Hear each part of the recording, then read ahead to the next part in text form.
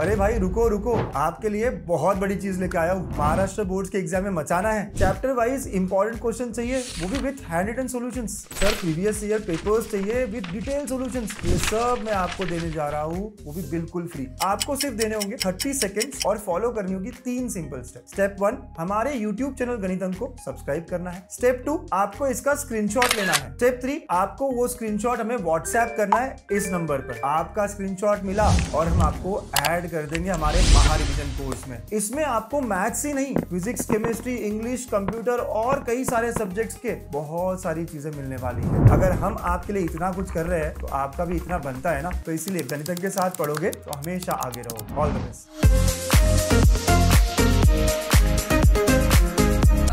थोडंसं chapter wise मी तुम्हाला म्हणजे असतं सोपं. मी मगाशी प्रश्न विचारला कोणतं आवडतं चॅप्टर, लॉजिक आवडतं का, असा एकही विद्यार्थी सापडणार की त्याला लॉजिक चॅप्टर आवडत नाही. लॉजिक येस सर किती सोपं आहे, ते मी त्याला मार्क मिळवणारच आहे आणि त्याचे 8 मार्क माझे फिक्स झाले. पण तरीही काही मुलांचे मार्क जातात. मग ती मार्क जाऊ नये म्हणून काय करायला पाहिजे ते मी तुम्हाला सांगतो बघा. तर त्याच्यामध्ये काही टॉपिक्स आहे, एखादा राहू शकतो माझ्याकडे, मी कव्हर करायचा प्रयत्न केला सगळा. ट्रूथ टेबल आणि इनपुट आउटपुट टेबल. त्याच्यात कुठे मार्क जातो मित्रांनो, ट्रूथ टेबलमध्ये तुम्हाला जे काही ट्रूथ टेबल तयार करायचा असतो तो आपण ते टॉटॉलॉजी, कॉन्ट्रडिक्शन, कॉन्टिन्जन्सीसाठी वापरतो, प्लस LHS RHS व्हेरीफाय करण्यासाठी लॉजिकल इक्विव्हॅलंटसाठी वापरतो, किंवा नुसतं ट्रूथ टेबल काय करा असं त्यासाठी पण असतं. ते ट्रूथ टेबल करतो आपण. सो ट्रूथ टेबल करताना आणि इनपुट आउटपुट टेबल करताना काही मुलांच्या चुका होतात. सो ट्रूथ टेबल करताना तुम्ही T आणि F हेच वापरलं पाहिजे आणि इनपुट आउटपुट करताना 1 आणि 0 हाच सिम्बॉल वापरला पाहिजे. ते का असतं तुम्हाला माहिती आहे सगळं. बायनरी ऑपरेशन, तुमचं इलेक्ट्रॉनिक्स पार्ट आहे किंवा काही मुलांचं कॉम्प्युटर सायन्स वगैरे असतं त्यांना ते माहिती असतं सगळं. सो हे 1 0.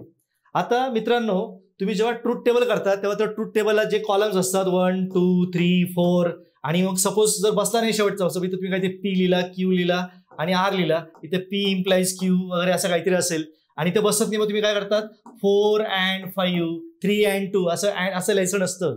ते बसत नसेल तर खाली ते कॉलम्स ऍड करा.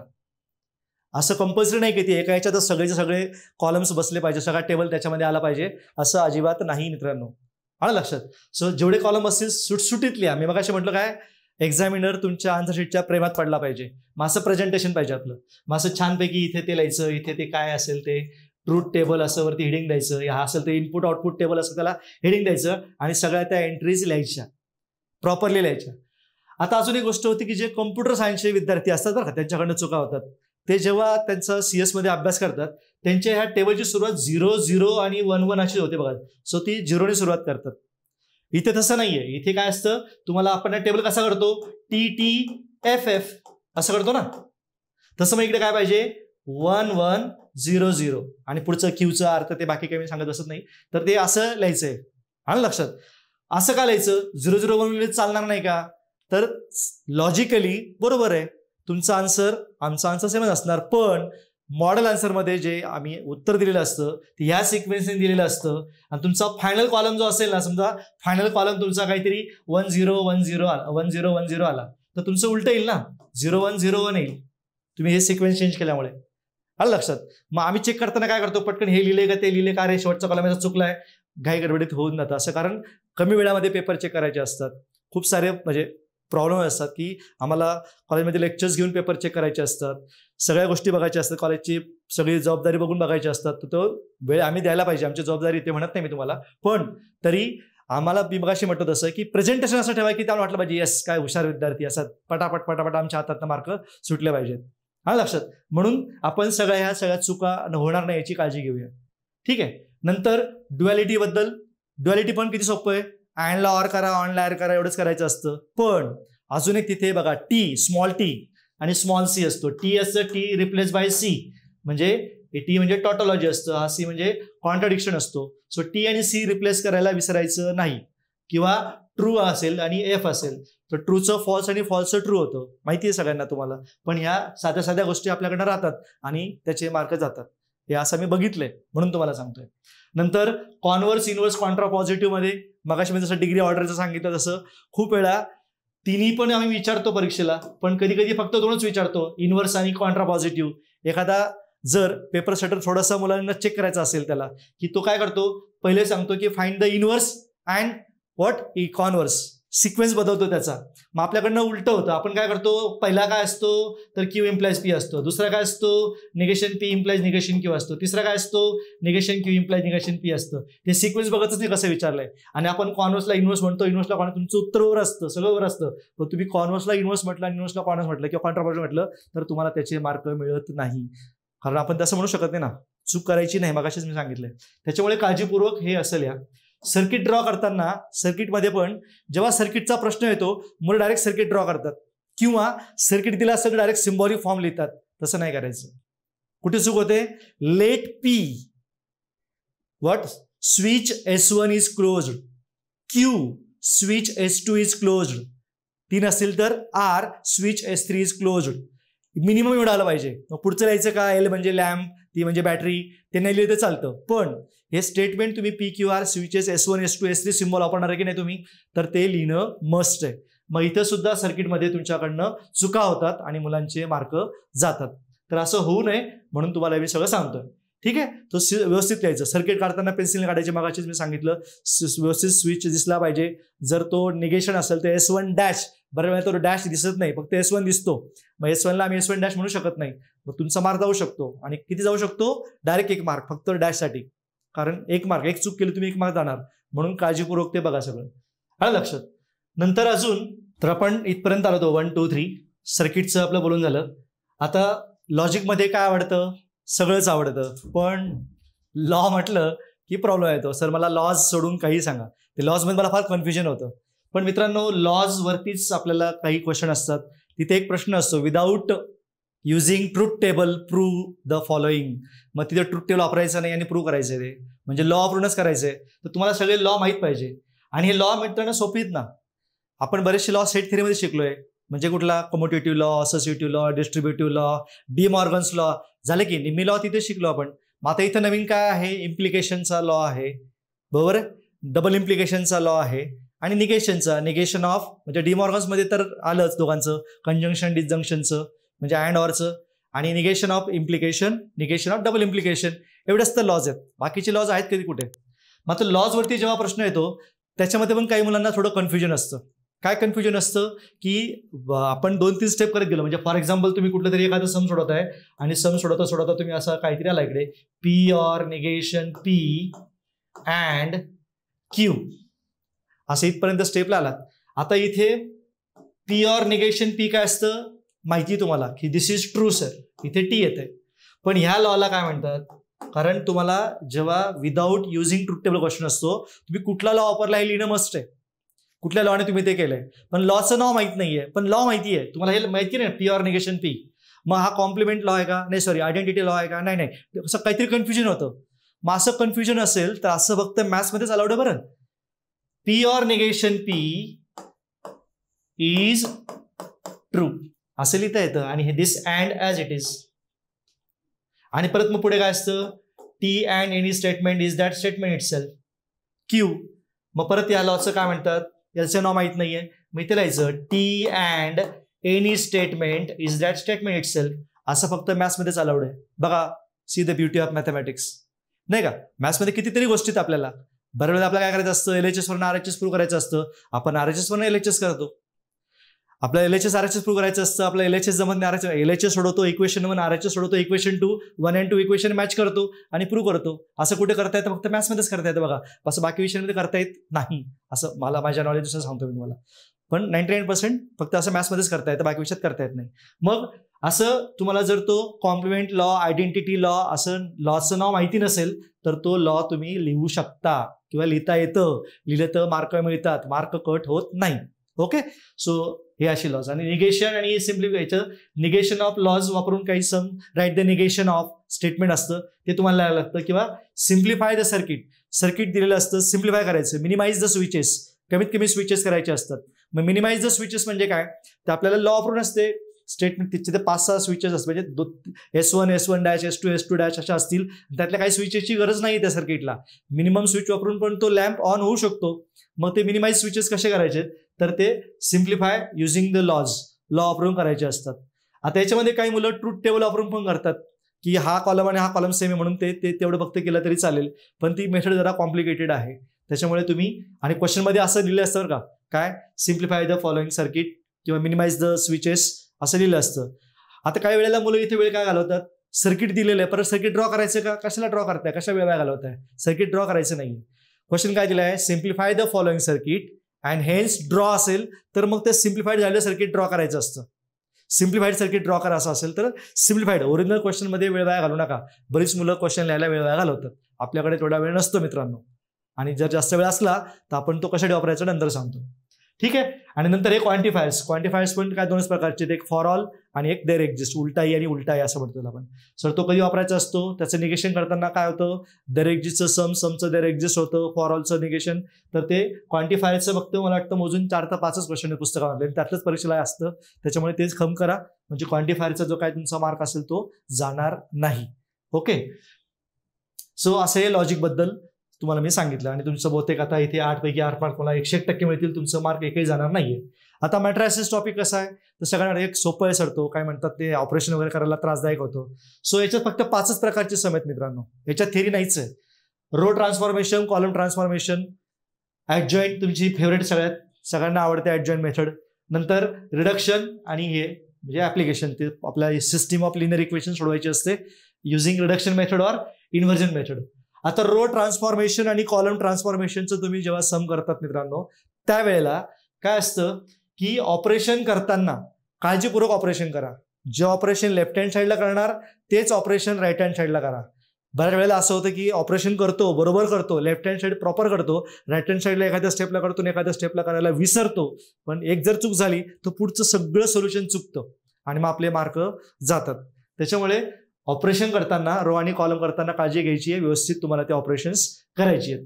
नंतर ऍडजॉईंट करताना बरीच मुलं direct overly adjoint of matrix लिहितात. मगाशी म्हटलं मी short form is allowed, shortcut is not allowed. इथे मार्क आहे स्टेप्सला, म्हणजे तुम्ही मायनस लिहिले त्याला मार्क असतो, को फॅक्टर्स लिहिले त्याला मार्क असतो, ऍडजॉईंट लिहिलं त्याला मार्क असतो. आणि मग ए इन्व्हर्स तुम्हाला काढायचं असेल तर तो A 1 determinant of A into adjoint of A वगैरे वगैरे जे काय असतं तर ते तुम्हाला सगळं त्याला 4 मार्क्सचा सम असतो. हा काय 1 मार्काला सम विचारला तर तुम्ही डायरेक्ट लिहा.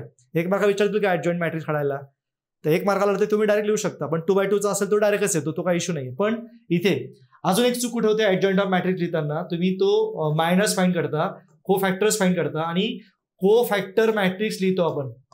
आणि मग ऍडजॉईंट मॅट्रिक्स काय असतं मित्रांनो, याचं काय करायचं असतं, ट्रान्सपोज काढायचा असतो. याचा ट्रान्सपोज जो असतो तो एंट्री, याची समजा एंट्री ही अशी XYZ असेल, so that is here XYZ. इथं बऱ्याच मुलांचे मार्क जातात बरं का, म्हणजे हा आमचा खूप वर्षाचा अनुभव आहे. सगळं छान लिहितात, मायनस फाइंड करतात, को फॅक्टर फाइंड करतात आणि इथं इन्व्हर्स करायचं विसरून, म्हणजे ऍडजॉईंट लिहिताना तो ट्रान्सपोज करायचं विसरतात. तर ते करायचं आणि डिटर्मिनंट ऑफ ए काढून तो इन्व्हर्स काढायचा असतो. ठीक आहे. आता रिडक्शन मेथड आणि इन्व्हर्जन मेथडमध्ये आता याच्यामध्ये पण काय असतं, जर क्वेश्चनमध्ये असं असेल की युझिंग मॅट्रिक्स मेथड सॉल्व दिस. मॅट्रिक्स मेथड म्हणजे कुठली मेथड, ही पण मॅट्रिक्स मेथड, ही पण मॅट्रिक्स मेथडच आहे, मग कोणती वापरू शकता तुम्ही. पण आम्ही अशी रिस्क घेत नाही, आम्ही लिहितो प्रश्नपत्रिकेमध्ये युझिंग रिडक्शन मेथड किंवा using inversion method solve the following system of linear equation. मग ते सोडवायचे. आता इन्व्हर्जन मध्ये काय असतं माहिती तुम्हाला, x इक्वल टू बी असं आपण ते सिस्टीम लिहितो आणि काय असतं x equals to A inverse B, परत ए इन्व्हर्स काढतो. आता इन्व्हर्स कसा काढायचा, choice is yours by any method, row column or adjoint. Obviously तुम्ही ऍडजॉईंटच वापरता मला माहिती आहे नाही का. सो मग हे असं तुम्हाला तो मॅट्रिक्स XYZ काढायचे असतात. नंतर बऱ्याच वेळेला मुलांचं उत्तर असं काहीतरी XYZ आणि असं 1 2 3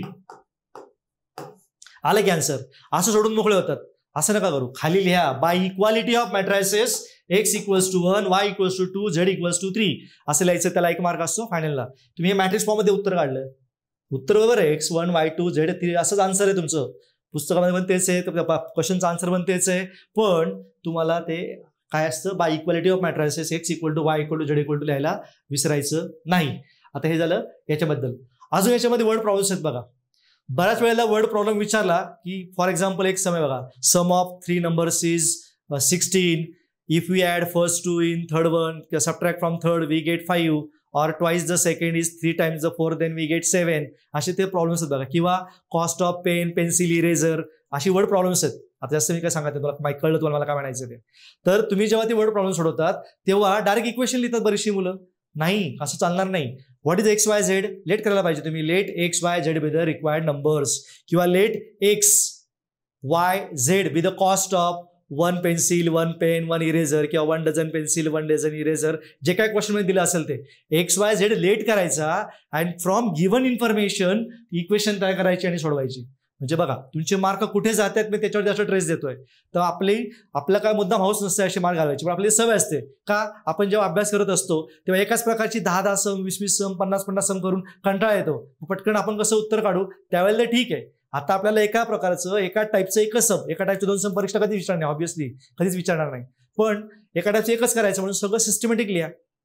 आणि लक्षात म्हणजे मी डेरिव्हेटिव्ह जेव्हा शिकवतो मला म्हणतात तेवढे ते 400-500 सम आपण केली सर, पण तुम्हाला किती करायचंय, वेटेज किती आहे डेरिव्हेटिव्हचं, 9 मार्काचं वेटेज आहे. 9 मार्कामध्ये किती 3 मार्काचे 3 किंवा अगदी 2 मार्काचे 3 ते 4 आणि ते पण वेगवेगळ्या टाईपचे. आपण एवढं सगळं शिकतो पण त्याच्यामध्ये असे त्या टाईपचे सम येतात. मग ती सम ते तुमचं स्किल त्याला लागणाऱ्या सगळ्या स्टेप्स तिथे एक्सपेक्टेड असतात. असं हे आहे मॅट्रायसिस बद्दल. आता मॅट्रायसिस बद्दल हे वर्ड प्रॉब्लेम सांगितलं तसं याचं पण सांगून टाकतो. LPP मध्ये जेव्हा तुम्ही वर्ड प्रॉब्लेम सोडवतात तेव्हा पण एक्स काय आहे, वाय काय आहे, झेड काय लिहायचं. X with the cost of किंवा X with the number of articles A, Y with the number of article B किंवा फर्टिलायझर ए फर्टिलायझर बी, जे काय आपले वर्ड प्रॉब्लेम्स आहेत की नाही त्याप्रमाणे टॉय ए टॉय बी बायसिकल्स ट्रायसिकल्स असे समजत बघा ते एक्स वाय करायचं. आणि Z is total profit total loss total cost total income असा तो झेड असतो. आणि मग तुम्हाला ते काय असेल ते इनइक्वालिटी वगैरे लिहायचे असतात. ते एक्स वाय झेड लिहायला लेट करायला विसरायचं नाही. ठीक आहे. So this is about matrices. Then ट्रिग्नोमेट्रीमध्ये म्हणजे दिसतो एवढाच वेटेज 10 मार्क आहे पण तो खूप मोठा आहे चॅप्टर. सो त्याच्यामध्ये काय पाहिलं प्रिन्सिपल व्हॅल्यू आणि सोल्युशन. म्हणजे हा चॅप्टर ऍक्च्युली 3 पार्टमध्ये डिवाइड केला आहे. एक आहे ट्रिग्नोमेट्री, एक आहे इन्व्हर्स ट्रिग्नोमेट्री आणि एक आहे ट्रायंगलची रिलेटेड सम, असे 3 पार्ट्स आहेत. ठीक आहे. सो पहिला पार्ट जो आहे तो प्रिन्सिपल व्हॅल्यू प्रिन्सिपल सोल्युशन. आणि इन्व्हर्स ट्रिग्नोमेट्रीमध्ये पण एक क्वेश्चन असतो बघा find the principal solution. So इथं मुलं गलत करतात किंवा चुकतात. प्रिन्सिपल व्हॅल्यू जेव्हा काढतो किंवा प्रिन्सिपल सोल्युशन जेव्हा काढतो इथं थिटाच्या 2 व्हॅल्यू येतात. म्हणजे आपला सपोज फॉर एक्झाम्पल सम असेल sine theta equals to half. Okay, sine theta equals to half. मग थिटाच्या 2 value. Sine theta is positive in 2 quadrant. प्रत्येक ट्रिग्नोमेट्रिक रेशो काय असतो 2 क्वाड्रंटमध्ये पॉझिटिव्ह असतो 2 क्वाड्रंटमध्ये निगेटिव्ह असतो. म्हणून प्रत्येकाला 2 आन्सर असतात. का? कारण प्रिन्सिपल सोल्युशन असतं 0 to 2 पाय, एक रोटेशन मधलं आन्सर असतं. मग इथं थिटाच्या 2 व्हॅल्यू येणार आहे. कुठली येणार आहे साइन थिटा पॉझिटिव्ह कुठे असतो फर्स्ट क्वाड्रंटमध्ये, कधी असतो हाफ π/6 30 डिग्री. आणि मग पुढचं कुठले साइन कुठे पॉझिटिव्ह असतो सेकंड क्वाड्रंटमध्ये, म्हणजे तो किती येणार 90 प्लस किंवा 180 मायनस करायचं म्हणजे तो येणार 5 π/6. अशा 2 व्हॅल्यू येणार. पण आता हेच सम इकडे असलं इन्व्हर्स ट्रिग्नोमेट्रीमध्ये साइन इन्व्हर्स ऑफ हाफ असं काढायचं तुम्हाला. तर इथे तुमचा जो व्हॅल्यू येणार आहे ती थिटाची व्हॅल्यू एकच येणार, इकडे 2 व्हॅल्यू येणार नाहीये. का माहिती तुम्हाला इथे फंक्शन 1 1 on 2 करण्यासाठी रिस्ट्रिक्ट केलंय. डोमेन रेंज माहिती सगळ्यांना. सो साइन टॅन म्हणजे साइन इन्व्हर्स टॅन इन्व्हर्स आणि कोसेक इन्व्हर्सला आपण काय घेतो -π/2 to +π/2 राईट. वेअर ॲज आपण कॉस सेक आणि कॉट ला काय घेतो 0 to π. म्हणजे ओपन क्लोज ओमिटेड वगैरे सगळं माहिती फक्त मी तुम्हाला रफ सांगतोय. मग हा जेव्हा -π/2 to +π/2 घेतो सो इथं क्वाड्रंट कुठले कुठले येतात -π/2 to +π/2 म्हणजे first and fourth quadrant. So first मध्ये पॉझिटिव्ह फोर्थ मध्ये निगेटिव्ह म्हणून एकच थिटा येणार. इथेही तसं 0 to π म्हणजे काय हे बघा फर्स्ट क्वाड्रंट आणि सेकंड क्वाड्रंट. परत इथे फर्स्ट मध्ये पॉझिटिव्ह आणि सेकंड मध्ये निगेटिव्ह साइन कोसेक आणि काय म्हटलं तुम्हाला टॅन. सो म्हणून त्याला एकच थिटा येणार. इथे मुलं 2 आन्सर लिहितात, असं करू नका. आलं लक्षात. सो ही काळजी घ्या. आणि प्रिन्सिपल सोल्युशन मग तुम्हाला सगळं टेबल ट्रिग्नोमेट्रीचा माहिती असेल की तुम्ही इझिली त्याचे मार्क मिळवू शकतात नाही का. आता पुढचा जनरल सोल्युशन. आता जनरल सोल्युशनचे मित्रांनो 3 सेट दिलेत बघा. 3 सेट म्हणजे काय sine theta equal to 0 cos theta equals to 0 and tan theta equals to 0 equal to 0 वाले 3. नंतर पुढचे 3 कुठले sine theta equal to sine alpha cos theta equal to cos alpha tan theta equal to tan alpha. आणि त्याच्या पुढचे 3 कुठले sine square equals to sine square theta equal sine square theta equal to sine square alpha cos square theta equal to cos square alpha tan square theta equal to tan square. असे 3 total 9 फॉर्म्युले. ते 9 फॉर्म्युले तुला माहिती असतील तरच तुम्ही general solution लिहू शकता, otherwise general solution लिहू शकत नाही. मग आता तुम्हाला ते 9 फॉर्म्युले माहिती आहेत. मग जनरल सोल्युशन लिहिताना चूक काय होते बऱ्याच वेळेला असं काहीतरी आलं sine square theta equals to 1/4 for example असं आलं तर इकडे बरीचशी मुलं स्क्वेअर रूट घेतात साइन थिटा इक्वल्स टू 1/2 असं करून नाही चालणार किंवा ±1/2 असं नका करू. Sine square theta equal to sine square अल्फाचा फॉर्म्युला आहे ना आपल्याकडे मग तो फॉर्म्युला वापरा ना. जर आपल्याला स्क्वेअर रूट घेऊन वापरायचं असतं मग त्या फॉर्म्युलाची गरजच नव्हती. मग तो फॉर्म्युला का दिलाय की तुम्हाला पटकन ते करता यावं. मग प्रत्येक त्या व्हॅल्यू पटकन आपल्याला सॅटिस्फाय करतात, काही सॅटिस्फाय करतात, काही सॅटिस्फाय करत नाही, ते चेक करत बसायला वेळ नसतो. म्हणून आपण काय करतो, याच्यासाठी वेगवेगळे 3 सेट दिलेत, तर ते फॉर्म्युला वापरा आणि ते काळजीपूर्वक बघा. हे सगळ्यांनी लक्षात ठेवा. इथे जनरल सोल्युशन करताना 9 फॉर्म्युला लक्षात ठेवायचे. म्हणजे इथे मार्क कुठे जातो तुमचा, तर याचं स्क्वेअर रूट घेऊन तुम्ही काढतात. बाकीचं sine theta equals to half आला की तुम्ही इझिली जनरल सोल्युशन लिहिता, किंवा साइन थीटा इक्वल्स टू 0 वगैरे वगैरे जे काय असेल ते, किंवा sine theta equal to cos theta अशा ज्या असतील इक्वेशन्स, सो ते इक्वेशन्स तुम्ही इझिली सोडवता. Now properties of triangle. Properties of triangle म्हणजे काय, ट्रायंगलच्या related sums, sine rule, cosine rule, projection rule, half angle formula in Napier's analogy आणि सगळं ते हेरॉन्स फॉर्म्युला वगैरे त्याच्यावरती सगळी सम असतात. आणि थेरी मी तुम्हाला ऑलरेडी सांगितलं, आता वेळ घालवत नाही तुमचा. तर याच्यावरची जी सम असतात ती सगळी सम्स तुम्हाला करायची आहेत. आता याच्यामध्ये काय होतं, बऱ्याच मुलांना कन्फ्युजन असतं. एखादं सम पुस्तकात दिलंय की ते साइन रूलने प्रूव्ह केलंय, पण ते सम तुम्हाला कोसाइन रूलने प्रूव्ह करता येतं, किंवा प्रोजेक्शन रूलने प्रूव्ह करता येतं, किंवा हाफ अँगलने करता येतं. एक सम 2 मेथडने सोडवता येतं, हे तुला माहिती आहे मॅथ्समध्ये 2. मग तू कुठलीही अल्टरनेट मेथड असली तर ती चालते. प्रॉपर बघा, आम्ही जेव्हा पेपर चेक करतो त्या पेपरमध्ये पहिली ओळ दिलेली असते एक्झामिनरसाठी. जो पेपर चेक करतो त्याला पहिली ओळ अशी दिलेली असते की for any alternate logically correct method give the full credit. Yes, give the full credit. तुमची त्या क्वेश्चनशी रिलेटेड जी मेथड असेल, तुम्ही प्रॉपर लिहिली असेल, ती अल्टरनेट असेल तर ती चालते. मी मगाशी म्हटलो थेरीला तुम्ही पुस्तकातला आहेत असेल, या पण प्रॉब्लेम सोडवताना तुम्हाला वेगवेगळ्या मेथडने सम सोडवता येतं. जसं मगाशी आपण इंटिग्रेशनची थेरी करत होतो तेव्हा सबडिव्हिजनने पण करता येते, बाय पार्ट्सने करता येते, फॅक्टरायझेशनने करता येते. So we have 2 or more methods. So तुम्ही वेगवेगळ्या मेथडने सम सोडू शकता. जे तुम्हाला आठवते, जी तुम्हाला सोपी वाटते ती मेथड तुम्ही वापरा आणि तुम्ही ते सम्स सगळे सोडवा. आलं लक्षात. नंतर इन्व्हर्स ट्रिग्नोमेट्रीमध्ये पण इन्व्हर्स ट्रिग्नोमेट्रीचे सम्स आहेत. आणि इन्व्हर्स ट्रिग्नोमेट्री आपल्या डेरिव्हेटिव्हमध्ये पण आपल्याला इम्पॉर्टंट आहे. त्याच्या सगळ्या identities, tan inverse x plus tan inverse y म्हणजे ॲडिशन फॉर्म्युला, रेसिप्रोकलवाला फॉर्म्युला, किंवा composite formula, negative sine inverse of minus x वगैरे, ते सगळे फॉर्म्युले तुमचे पार्ट असले पाहिजेत. तर त्याच्यावरती सम्स असे इझिली आहेत आणि खूप जास्त सम नाही आहेत. एकच एक्सरसाइज बघा पुस्तकामध्ये, आणि मिसलिनियसमध्ये थोडेसे सम्स आहेत. तेवढे केले त्याच्या बाहेरचं काहीच येत नाही. फक्त याच्यामध्ये tan inverse of x plus tan inverse of y मध्ये आपण जेव्हा हे याचे सम्स, याचे 2 फॉर्म्युले आहेत बघा. कुठले 2 फॉर्म्युले आहेत, इथे काय येतं, tan inverse of x plus y upon 1 minus x y. हा एक्स वाय की नाही, x y is greater than 1 आणि x y is less than 1, अशा 2 केसेस आहेत. सो x y is greater than 1 तर हे निगेटिव्ह होतं, आणि x y is less than 1 तर इट रिमेन सेम. मग एक्स वाय लेस दॅन 1 ला डायरेक्ट हा फॉर्म्युला इथे वापरतो. पण x y is greater than 1 तर त्यावेळेला इथे आपण काय करतो, बरोबर पाय प्लस करतो. हा लक्षात. मग ह्या लक्षात ठेवायचं. कधी कधी ते प्रूव्ह दॅट करताना मग तो पाय आपण घेतल्यामुळे ते LHS RHS मॅच होत नाही, तर तेवढी तुम्हाला काळजी घ्यायची आहे. फॉर्म्युला व्यवस्थित केले असेल तर प्रश्न येतच नाही.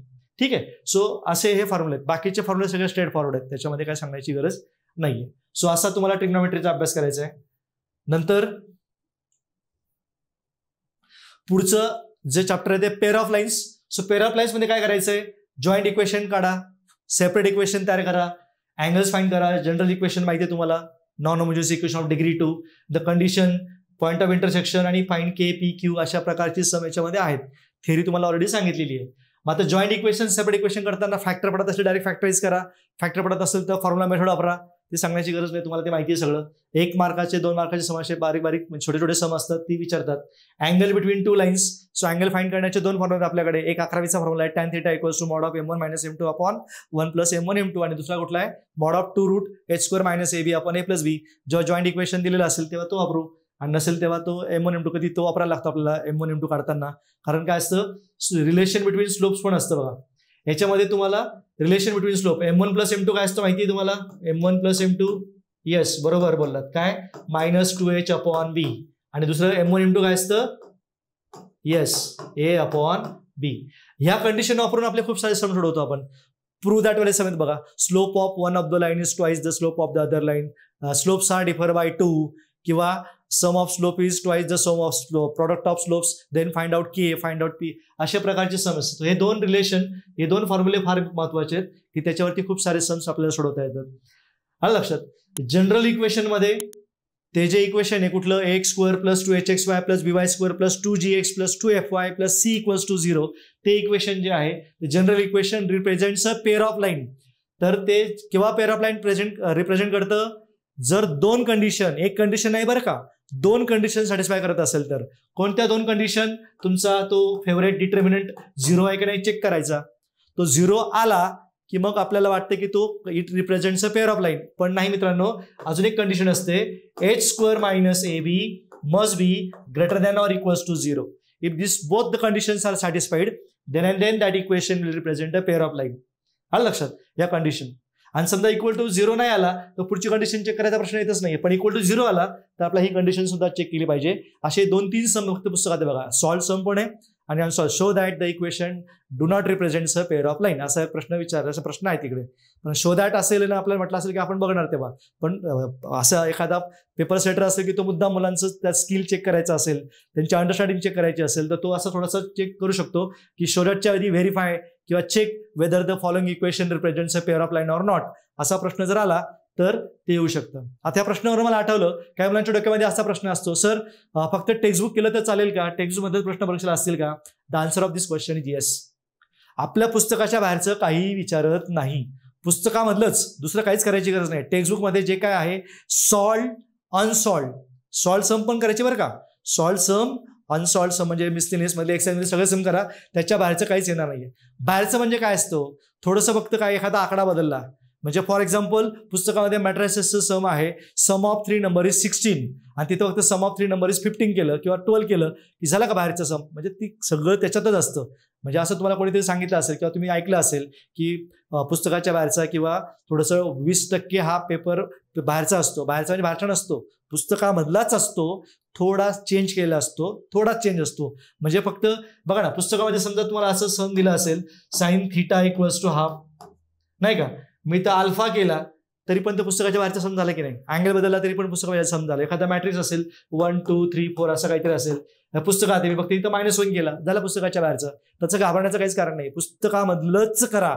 सॉल्व अनसॉल्व आणि मिसलेनियस. अनसॉल्व म्हणजे मिसलेनियस मधलं आणि एक्सरसाइज मधलं, तर ते करा म्हणजे तुमचे मार्क राहणार नाही. सो हे कळलं सगळ्यांना. नंतर condition for perpendicular and parallel. So ह्याच्यात हे पण काय कंडिशन आहे, a + b 0 and h² = ab. He perpendicular साठी आणि ही पॅरलल साठी किंवा कोइन्सिडन्स साठी. सो ह्या कंडिशनवरनं पण खूप सारे सम आहेत. म्हणजे हा PQ वाला सम जो असतो ना, find P and Q, 2 unknowns find करायचे असतात. म्हणजे 2 कंडिशन दिले असतात तुम्हाला. काय असतं, blah blah blah equation contain a pair of line, perpendicular line और कोइन्सिडंट लाईन और parallel line, then find the value of P and Q. So P आणि Q काढताना पहिले याच्यातली कुठली कंडिशन वापरता येईल ते प्रयत्न करा आणि तो एक अननोन काढून घ्या. बरेचसे मुलं काय करतात, डिटर्मिनंट घेतात, तर डिटरमध्ये P येतो, Q येतो आणि ते असं काहीतरी कॉम्प्लिकेटेड, म्हणजे त्याला घाणेरडा शब्द म्हणतो मी, ते घाणेरडं असं दिसतं काहीतरी आणि त्याचं खूप विचित्र इक्वेशन तयार होतं आणि तुम्हालाच कळत नाही P कसा काढायचा, Q कसा काढायचा, किंवा मग नंतर कळतं अरे हे करायचं. त्याच्यामुळे काय करा नेहमी, आधी तुम्ही कंडिशन पॅरलल आहे का परपेंडिक्युलर वाचा ती आणि ती कंडिशनने एक अननोन काढून घ्या. एक अननोन मिळाला की मग पुढचा अननोन काढायला सोपं जातं, कारण ते इक्वेशन एकाच अननोन मध्ये येतं आणि मग इझिली ते सोडवता येतं. ठीक आहे. सो अशा प्रकारचे सम याच्यामध्ये असतात. किंवा काही समस असेच बघा, show that it is equilateral triangle. 2 line दिल्या आहेत आणि तिसरी लाईन दिली आहे की ती इक्विलॅटरल ट्रायंगल तयार करते. याच्यामध्ये कॉन्ट्रडिक्शन मेथडने पण करता येतं की त्या ज्या लाईन दिली त्यातला अँगल आधीच थिटा तुम्ही किती घेणार, 60 डिग्री घ्या आणि त्याच्यावर जॉईंट इक्वेशन काढा, असं पण करता येतं. म्हणजे ऑपोजिट किंवा कॉन्ट्रडिक्शन मेथडने पण हे सम सोडवता येतं. किंवा तो एक सम आहे बघा कुठला, की 2 लाईन दिल्या आहेत आणि त्याच्यातल्या मीडियनचं लाईनचं इक्वेशन काढायचं आहे. पासिंग थ्रू ओरिजिन लाईन दिली अशी, लाईन्स पासिंग थ्रू ओरिजिन, या 2 लाईन ओरिजिन मधनं पास होतात आणि तिसरी लाईन दिली आणि याच्या मीडियनचं इक्वेशन काढायचं आहे. सो हे मीडियनचं इक्वेशन काढताना हा मीडियन म्हणजे डी मिड पॉईंट असतो, तर हे पॉईंट काढत बसायची गरज नाहीये. हा x1 y1 घ्या, x2 y2 घ्या आणि हा मिड पॉईंट येणार x1 + x2, म्हणजे sum of roots, product of roots, त्याच्या टेक्निक वापरून ते मी काय बोलतो तुम्हाला कळलं असेल, तुम्ही अभ्यास केला असेल तर त्या पद्धतीने काढलं की ते या अशा प्रकारचे सम या पेअर ऑफ लाईन मध्ये असतात. ठीक आहे. नंतर वेक्टर्स बघा मित्रांनो, वेक्टर्सचं वेटेज आहे 12 मार्क्स, सगळ्यात जास्त वेटेज असलेलं चॅप्टर वेक्टर्स. पण वेक्टर चॅप्टर फार महत्वाचं आहे आणि वेक्टर चॅप्टर कळलं की पुढचं जे चॅप्टर आहे तुमचे लाईन आणि प्लेन ते त्याच्यावरती बेस्ट आहे. त्याच्यामुळे वेक्टर केल्याने ते लाईन प्लेन केलं असं होऊ शकत नाही. वेक्टर केल्याशिवाय लाईन प्लेन तुम्हाला कळणारच नाही, म्हणून वेक्टर चॅप्टर तुमचं असलंच पाहिजे. आणि वेक्टर तुम्ही 11वी पासून करताय ना, फिजिक्समध्ये तुमचं झालंय 50% वेक्टर तुमचं फिजिक्समध्ये झालंय 11वीला, आणि आता 11वीला थोडंसं चेंज करत थेरम फक्त बघायची आहेत. तो collinear vectors, coplanar vectors, section formula, angle between vectors, volume मगाशी सांगितलं तसं, आणि हे सगळ्यात महत्वाचं काय direction ratios and direction cosines. हे जे आहे या कन्सेप्टवरती याला आम्ही 3D जॉमेट्री असं म्हणतो. या 3D जॉमेट्रीवरती पुढचं तुमचं जे काय आहे लाईन प्लेन हे इम्पॉर्टंट आहे. आता याच्यामध्ये कोलिनियर म्हणजे काय असतं, वेक्टर्स आर कोलिनियर. कसं दाखवायचं असं collinear, one vector is scalar multiple of the other, तर कोलिनियर. किंवा क्रॉस प्रोडक्ट 0 असेल तर वेक्टर कोलिनियर. अशा टेक्निक्स अशा गोष्टी तुला माहित पाहिजे. नंतर कोप्लेनरमध्ये काय असतं, कोप्लेनरमध्ये पुस्तकामध्ये 2 टाईप म्हणजे 2 एक्सरसाइजमध्ये सम दिले आहेत की असे 3 वेक्टर दिलेत काहीतरी A bar B bar C bar and show that this vectors are coplanar, किंवा 4 वेक्टर दिलेत, डी बार पण दिलाय, show that the vectors are coplanar. So first सुरुवात जी आहे तिथे काय करतो आपण, we express one of the vector as linear combination of the remaining. म्हणजे D bar equals to X A bar plus Y B bar plus Z C bar, आणि x Y Z काढत बसतो आणि खूप वेळ वाया घालवतो. आता क्वेश्चन काय आहे आपल्याला की शो दॅट द किंवा check vectors are coplanar or not. मग काय करायचं, एवढं करत बसायचं नाही. काय करायचं तुम्हाला माहिती नाही पुढची मेथड कुठली, एसटीपी. तर तो बॉक्स प्रोडक्ट जो असतो तो इक्वल टू 0 घ्यायचा किंवा 0 दाखवायचा, तर ते वेक्टर काय असतात को-प्लेनर. माशी मेथड तुम्ही वापरू शकता.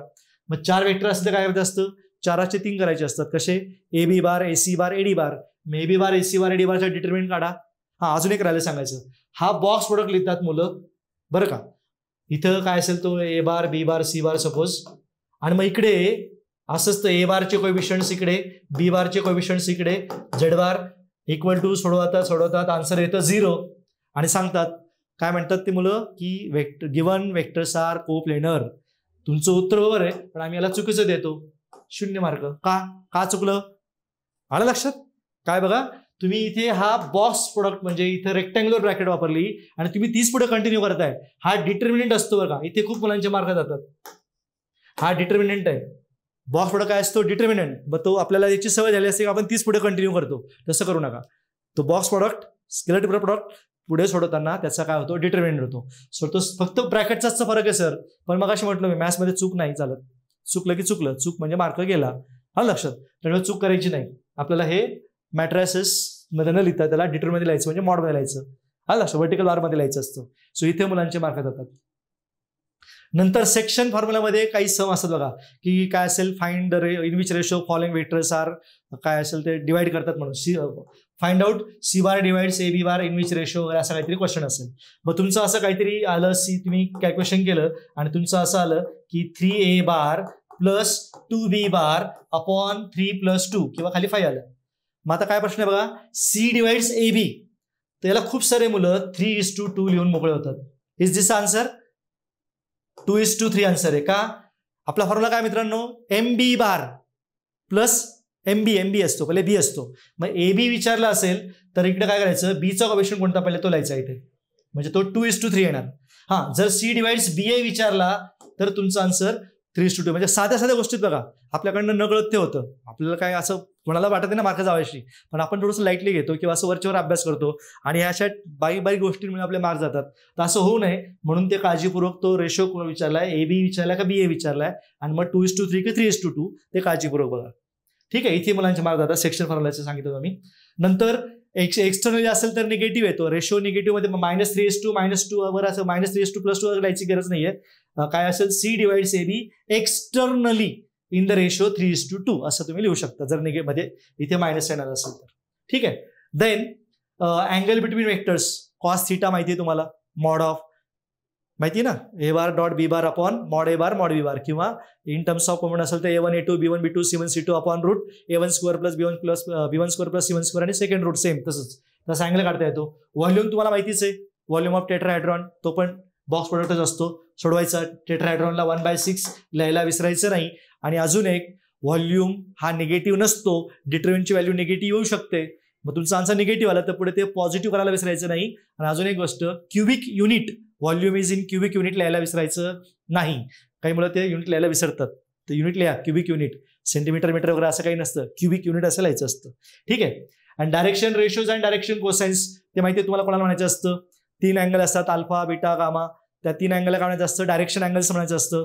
मग त्याला कॉस ऑपरेट केला, cos alpha cos beta cos gamma, त्याला काय म्हणायचं असतं, direction cosines. And 3 numbers are proportional to them, ABC. त्या तिघांना प्रपोर्शन असतात, त्याला एलिमेंट असंही म्हणतात. A upon L, B upon M, C upon N असं असेल तर ते 3 नंबर लावण्याचं असतं डायरेक्शन रेशिओज. आणि त्याच्यातलं म्युच्युअल रिलेशन पण तुम्हाला माहिती आहेच. म्हणजे काय असतं म्युच्युअल रिलेशन माहिती आहे तुम्हाला, ABCR given, then we can find out element A upon root, B upon root, C upon root असं आपण फाइंड करत असतो. प्लस 2 पॉईंट जर माहिती असतील तुम्हाला, 2 पॉईंट, आणि त्याचं तुम्हाला काय असेल DRS काढता येतं मित्रांनो बघा. म्हणजे A पॉईंट माहिती असेल आणि B पॉईंट माहिती असेल, B पॉईंट. सो काय असतं difference between x coordinate, difference between y coordinate, म्हणजे x2 minus x1, y2 minus y1, z2 minus z1 असे DRS येतो आणि त्याच्यावर DCS पण काढता येतात. हे मुद्दाम सांगतोय तुम्हाला मी जेणेकरून तुमच्याकडनं चूक होऊ नये. ठीक आहे. मग असे DRS DCS ची कन्सेप्ट कळली, त्याच्यात म्युच्युअल रिलेशन कळलं, cos square alpha plus cos square beta plus cos square gamma equal to 1 असतं. मग त्याच्यावरती त्याला अटॅच 1-2 समोर एक एक मार्काला विचारतात ते sine square alpha plus sine square beta plus sine square gamma equal to किती असतं, यस 2. तर ते जे काय असेल ते टाईपचे सम्स तुम्हाला ती करता आले पाहिजेत. आणि म्हणजे DRS आणि DCS तुम्हाला कसं कळणार, जर तुम्हाला त्याचं म्युच्युअल रिलेशन ते कन्सेप्ट कळली असेल तरच. आता याच्यातलं सगळं जो अभ्यास आहे तो व्यवस्थित करा, सोपे करा. बऱ्याच वेळेला काय होतं, आपण पुस्तक ओपन करतो, चॅप्टरची सुरुवात करतो, चॅप्टरच्या सुरुवातीला खूप सारी इन्फॉर्मेशन दिलेली असते. आता पुस्तक लिहिताना आम्हाला ते सगळं प्रिकॉशन घ्यायला लागते, सगळं सिस्टमॅटिक द्यायला लागतं. आता आपल्याला मार्क मिळवायचे तो, त्यामुळे पुस्तकाची सुरुवात का बघू नका, डायरेक्टली तुम्ही अटॅक.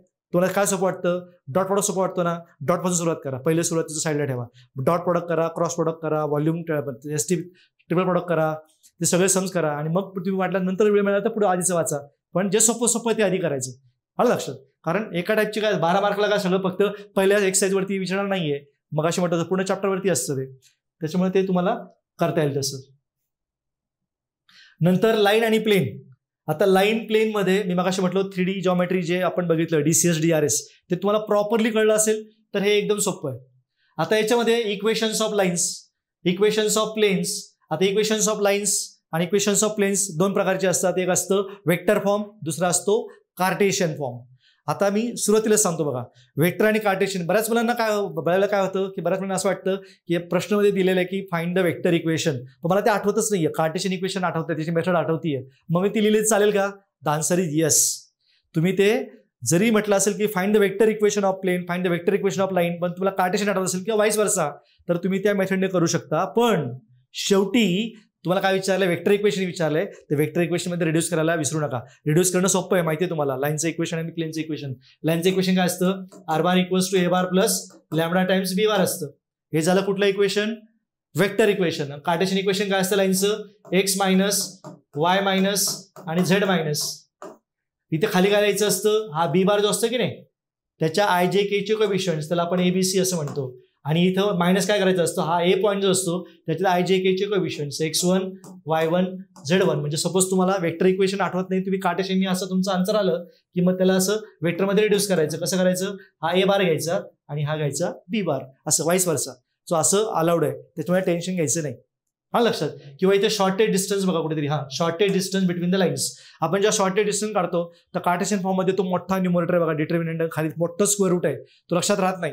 म्हणून काय करायचं, वेक्टर मेथडने करायचं. जरी इक्वेशन्स लाईनची तुम्हाला वेक्टर फॉर्म मध्ये दिली असतील किंवा कार्टेशियन फॉर्म मध्ये दिली असतील तर तुम्ही काय करायचं, A1 बार लेट करा, A2 बार लेट करा, N1 बार B1 बार B2 बार, आणि शॉर्टेज डिस्टन्सचा फॉर्म्युला काय आपला, A2 bar minus A1 bar dot B1 bar cross B2 bar upon mod of B1 bar cross B2 बार, किंवा पूर्ण मॉड मध्ये असेल. ठीक आहे. मग तुम्हाला वेक्टर फॉर्म सोपं वाटतं तर वेक्टर फॉर्मचं लक्ष सोडवा. इक्वेशन कुठले असू दे, लिहिलेले असू दे, आम्ही तुम्हाला मार्क देणार याचे. अल्टरनेट मेथड आहे, तुम्ही वापरू शकता. हा लक्षात. सो तो जे सोपं वाटतंय तसं करायचं बघा. जे आवडतंय, जे सोपं आहे, जे लक्षात ठेवायला सोपं आहे, जे पटकन जमतंय ते लक्षात ठेवून तुम्ही एसएम सोडू शकतात. नंतर डिस्टन्स बिटवीन पॅरलल लाईन्स किंवा प्लेन असेल त्याच्या पण वेक्टर फॉर्म इक्वेशन आहे, कार्टेशियन फॉर्म आहे, त्यातला तुम्हाला जो सोपं वाटेल त्याच्याने करा. नंतर लेंथ ऑफ परपेंडिक्युलर आणि फुट ऑफ परपेंडिक्युलर. आता याच्यामध्ये पण 2 प्रकारचे सम्स आहेत किंवा 2 प्रकारचे सोल्युशन्स आहेत ऍक्च्युअली रादर. म्हणजे काय असतं, एक पॉईंट दिलाय, ही लाईन दिली आहे, आणि काय असतं, एक असतं एक तर हा पॉईंट काढा फुट ऑफ परपेंडिक्युलर और फाइंड आउट दिस लेंथ. लेंथ फाइंड करायची असेल तरी पण हा पॉईंट काढायला लागतो, नुसतं पॉईंट काढायचा असेल तर लेंथ काढायची, एवढंच फक्त फरक आहे दोघांमध्ये. सो ह्याच्यामध्ये काढताना काय होतं, पुस्तकामध्ये वेगवेगळी मेथड दिली आहे, पण तुम्हाला आधी शॉर्टकट मेथड सांगतो. शॉर्टकट नाही, ती मेथड मी सांगतो. हा पॉईंट दिलाय तुम्हाला, हा गिवन पॉईंट आहे, राईट. हा पॉईंट तुम्हाला पाडायचं, पण लाईनचं इक्वेशन गिवन आहे. लाईनचं इक्वेशन गिवन आहे, त्याच्यावर काय करायचं, any point on the line माहिती आहे तुम्हाला काय असतो तो, x1 plus A lambda, y1 plus B lambda, c1 plus z1 plus C lambda, तो जो पॉईंट आहे. मग पीएम परपेंडिक्युलर याच्यावरनं पीएमचे डीआरएस काढा आणि लाईनचे डीआरएस माहिती आहेत, दोघांचा प्रोडक्ट घेतला आणि तुम्हाला लॅमडाची व्हॅल्यू येईल की तो पॉईंट आला, झालं. आणि लेंथ पाहिजे असेल तर पीएम डिस्टन्स काढा डिस्टन्स फॉर्म्युलाने. सो असं तुम्ही हे लेंथ ऑफ परपेंडिक्युलर आणि फुट ऑफ परपेंडिक्युलरच्या सम सोडवू शकता. नंतर angle between line and plane, म्हणजे line, angle between two line, angle between two plane. आता याचं पण तुम्हाला मी सांगतो बघा. अँगलचा सम आला whenever you find the angle. So अँगलचा सम युजली असतोच. म्हणजे कुठला असतो बघा, angle between two vectors, angle between two lines, angle between two planes and angle between line and plane. असे 4 प्रकारचे आपल्या कन्सेप्ट आहेत, पण फॉर्म्युला सेमच आहे, टेक्निक सेमच आहे मित्रांनो. आता वेक्टर काय दिलाय, 2 वेक्टर मधला अँगल, म्हणजे वेक्टर दिले असतील ए बार बी बार, राईट. मॅचचा अँगल कसा काढायचा असतो, ए bar dot B bar upon त्याचा दोघांचा मॅग्निट्यूड. इथं काय दिलंय, वेक्टर्स झाला. आता लाईन दिलं असेल, 2 लाईन दिल्या असतील तर त्याचे काय असतात, ए बार बी बारच्या ऐवजी काय असतं, B1 बार आणि B2 बार. फॉर्म्युला सेमच, B1 बार डॉट B2 बार आणि त्याचं मॅग्निट्यूड.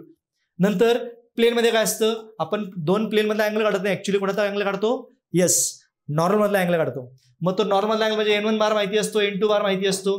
माहिती काय, N1 bar dot N2 bar upon mod of N1 bar and mod of N2 बार.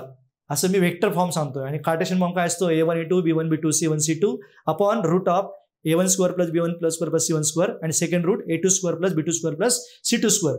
तो वेक्टर, तो कार्टेशियन फॉर्म झाला. हा वेक्टर फॉर्म सोपा असतो म्हणून तो लक्षात ठेवा. नंतर याचा डॉट प्रोडक्ट लाईन आणि प्लेन जे असतं. आता लाईन म्हणजे काय येणार, याच्यातला बी बार येणार आहे. प्लेन म्हणजे काय येणार, याच्यातला नॉर्मल येणार आहे, बी बार आणि एन बार. फक्त नाव बदलली बघा, म्हणजे b bar dot n bar upon पण इथे मित्रांनो जो अँगल येतो तो येतो साइन थिटा आणि या तिघांमधला जो असतो अँगल तो असतो कॉस थिटा.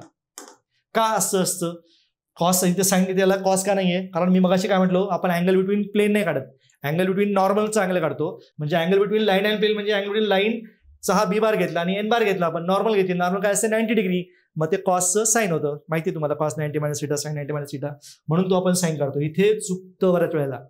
अजून एक गोष्ट, एमसीक्यू मध्ये लाईन प्लेनचा एमसीक्यू जेव्हा असतो तेव्हा अँगल बिटवीन लाईन प्लेन दिली आहे आणि सरांनी सांगितलं की साईन असतं, पण एमसीक्यू मध्ये कॉस पण ऑप्शन दिलेला असतो. म्हणजे फॉर एक्झाम्पल तुमचं आन्सर असेल साइन थिटा तुमचा 3/5 आला आणि तिथं ऑप्शन दिलं असेल कॉस थिटा 4/5, म्हणजे कॉस इनवर्स ऑफ असेल आणि ऑप्शन नाहीच तिथे दिलेलं. मग ती म्हणाल सरांनी चुकी सांगितलं किंवा तो क्वेश्चन चुकलाय, तर नाही, त्या 4 ऑप्शन मधलं कुठलं करेक्ट असं शोधायचं असतं आपल्याला. सो ते इन्स्टेड ऑफ साइन कॉस देऊ शकतात कुठे, एमसीक्यू मध्ये. आपल्याला जेव्हा फाईंड करायचं असेल, अँगल फाईंड करायचा असेल तेव्हा चॉईस आपला असतो आणि त्यावेळेला आपण साइनच घेणार, त्यावेळेला कॉस आपण लिहिणारच नाहीये जर लाईन प्लेनचा अँगल असेल तर. आणि या बाकीच्या तिघांमध्ये प्लेन, लाईन आणि 2 वेक्टर मधला अँगल नेहमी कॉस थिटाच घ्यायचा. क्लिअर. सो नेक्स्ट एलपीपीचं तुम्हाला मागाशी सांगितलं, मॅक्सिमम मिनिमम ग्राफ काढायचा असतो, रफ काढायचा असतो, आन्सर शीट मध्ये काढायचा असतं. सो हा जेव्हा तुम्ही सोडवतात तेव्हा प्रॉपरली तो व्हॅल्यू कशा आल्या, व्हर्टायसेस कशा आल्या, व्हर्टायसेस अंदाजे घेऊ नका. ते आता सपोज हे असं एक्स ऍक्सिस वाय ऍक्सिस आणि ह्या तुमच्या अशा 2 लाईन असतील आणि हा तुम्ही पॉईंट काढला, तुम्ही असा अंदाज इकडनं 1 दिसतो का, इकडनं 2 दिसतो का, मग तो 1 2 लिहू का, तर नाही. हे जे इक्वेशन आणि हे जे इक्वेशन, 2 इक्वेशन सायमल्टेनियसली सोडवा आणि तो पॉईंट आहे, कधी कधी तो 0.9 असू शकतो, 2.1 असू शकतो, मग ते तुमचं उत्तर चुकतं, हा लक्षात. आणि ऑप्टिमम सोल्युशन म्हणजे शेवटी ते ज्या व्हर्टायसेस असतात, म्हणजे समजा फिजिबल रिजन तुमचा हा आला वरचा, ठीक आहे, तर त्यावेळेला काय असतं, तुम्हाला 3 व्हर्टायसेस त्या मॅक्स किंवा मीन मध्ये विचारले ते बघा परीक्षेला आणि त्याच्यामध्ये व्हॅल्यू पुट करा आणि व्हॅल्यू पुट करून ठरवा की तुम्हाला काय फाइंड करायचं आहे. आणि वर्ड प्रॉब्लेम्स मी तुम्हाला ऑलरेडी सांगितलंय, एक्स वाय डेट करायला विसरायचं आणि तो फॉर्मेशन करायला, कन्स्ट्रेंट्स नॉन निगेटिव्ह कन्स्ट्रेंट यायला विसरायचं नाही. X and y are always positive. Number of product असतात ना, ते number of article, number of products, म्हणून ते नेहमी पॉझिटिव्ह असतात. म्हणून इथे वर्ड प्रॉब्लेम करताना ही जी नॉन निगेटिव्ह कन्स्ट्रेंट जी असते कन्सेप्ट ती यायला विसरतात मुलं, तर ती लिहायला विसरू नका, ती पण लिहा. सो असं झालंय M1 बद्दल. आता M2 बद्दल बघा, मी फक्त 2 गोष्टी लिहिल्या आहेत. काय लिहिले, टाइप्स आणि फॉर्म्युली. म्हणजे तुम्हाला डेडूचे मार्क मिळवायचे असतील तर 3 थेरम तुम्ही केलेले आहेत ऑलरेडी. आणि याचे टाईप म्हणजे तुम्हाला सम पाहिल्या ओळखता आला पाहिजे कुठल्या टाईपवरती आहे आणि इथं काय करायचं आहे किंवा कुठला तुम्हाला फॉर्म्युला वापरायचा आहे. म्हणजे फॉर एक्झाम्पल तुम्हाला असं काहीतरी दिलंय, y equals to sine of root of log x. So find dy by dx. Obviously काय आहे, चेन रूलने करायचंय, म्हणजे तुम्हाला ओळखता आला तो चेन रूल वापरून करायचंय म्हणून. हा लक्षात. समजा असं असेल y equals to sine inverse of काय असेल इथे 2x upon 1 plus x square असं काहीतरी असेल. तर काय करायचं इकडे इनव्हर्स ट्रिग्नोमेट्रीचा सम आहे x इक्वल्स टू तुम्हाला येस टॅन थिटा पुट करून करायचं आहे. मग असं सम बघून किंवा असं काहीतरी इक्वेशन असेल x square plus 3xy plus y square minus 5x equals to 10 वगैरे असं काहीतरी इक्वेशन दिलंय. डिवाइड x फाइंड करा. मग x आणि y एकत्र आहे म्हणजे काय असतं हे इम्प्लिसिट फंक्शन. येस असं असेल फाइंड d2y/dx स्क्वेअर वगैरे. म्हणजे क्वेश्चन कसा विचारला त्याच्यावर तुम्हाला ठरवायचं असतं डबल डेरिव्हेटिव्ह. फक्त याच्यामध्ये प्रूव्ह दॅटची सम जी असतात ती सम फार इम्पॉर्टंट आहेत. डबल डेरिव्हेटिव्ह मध्ये प्रूव्ह दॅटची समस आहेत. ते पहिला डेरिव्हेटिव्ह आपण काढतो इझिली, तो सगळ्यांना जमतो. सेकंड डेरिव्हेटिव्ह काढताना मुलं फार घाई करतात. So before finding second derivative try to simplify, try to minimize. म्हणजे for example y equals to e raise to sine inverse of x नाही का. याचा पहिला डेरिव्हेटिव्ह काढताना काही लोक लॉग घेतील, घ्या log, no problem. Log y equals to log e1 असतो, साइन इनवर्स होईल. किंवा लॉग नाही घेतला मग dy/dx इक्वल्स टू काय येणार इकडे मित्रांनो e raise to sine inverse आणि तो ddx ऑफ तुम्ही काढलाय ddx ऑफ व्हॉट हे साइन इनवर्स x आणि तो असतो 1/√1 minus x square.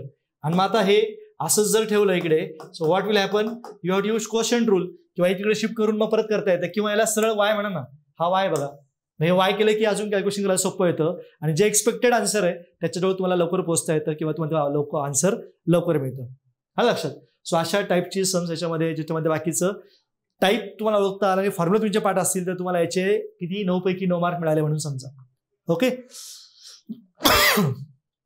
Next application. याचं पण वेटेज बघा 9 मार्कच आहे. ह्याच्यामध्ये टोटल 6 ऍप्लिकेशन्स आहेत.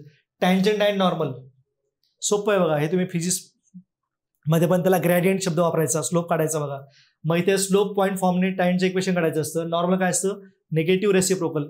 नंतर रेट मेजर याच्यामध्ये xy dx/dt dy/dt with respect to t जे काय असेल ते इन्क्रीजिंग डिक्रीजिंग. आता इन्क्रीजिंग डिक्रीजिंग मध्ये मुलांचे मार्क जातात किंवा मुलांकडे चूक होते.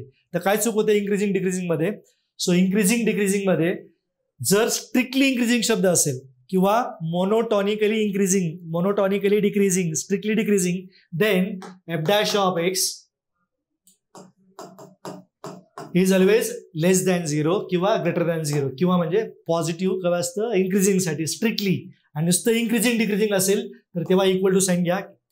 कारण आपल्या कधी कधी इंटरव्हल फाईंड करायचा असतो. मग तो ओपन इंटरव्हल की क्लोज इंटरव्हल त्याच्यामुळे मार्क जाऊ शकतात. आपले मार्क जाऊ नये म्हणून तुम्हाला हे सगळं लक्षात ठेवायचं आहे. Increasing decreasing. नंतर मीन व्हॅल्यू थेरम. 2 थेरम आहेत आपले, एक रोल्स थेरम आणि दुसरा लॅग्रेंजस थेरम.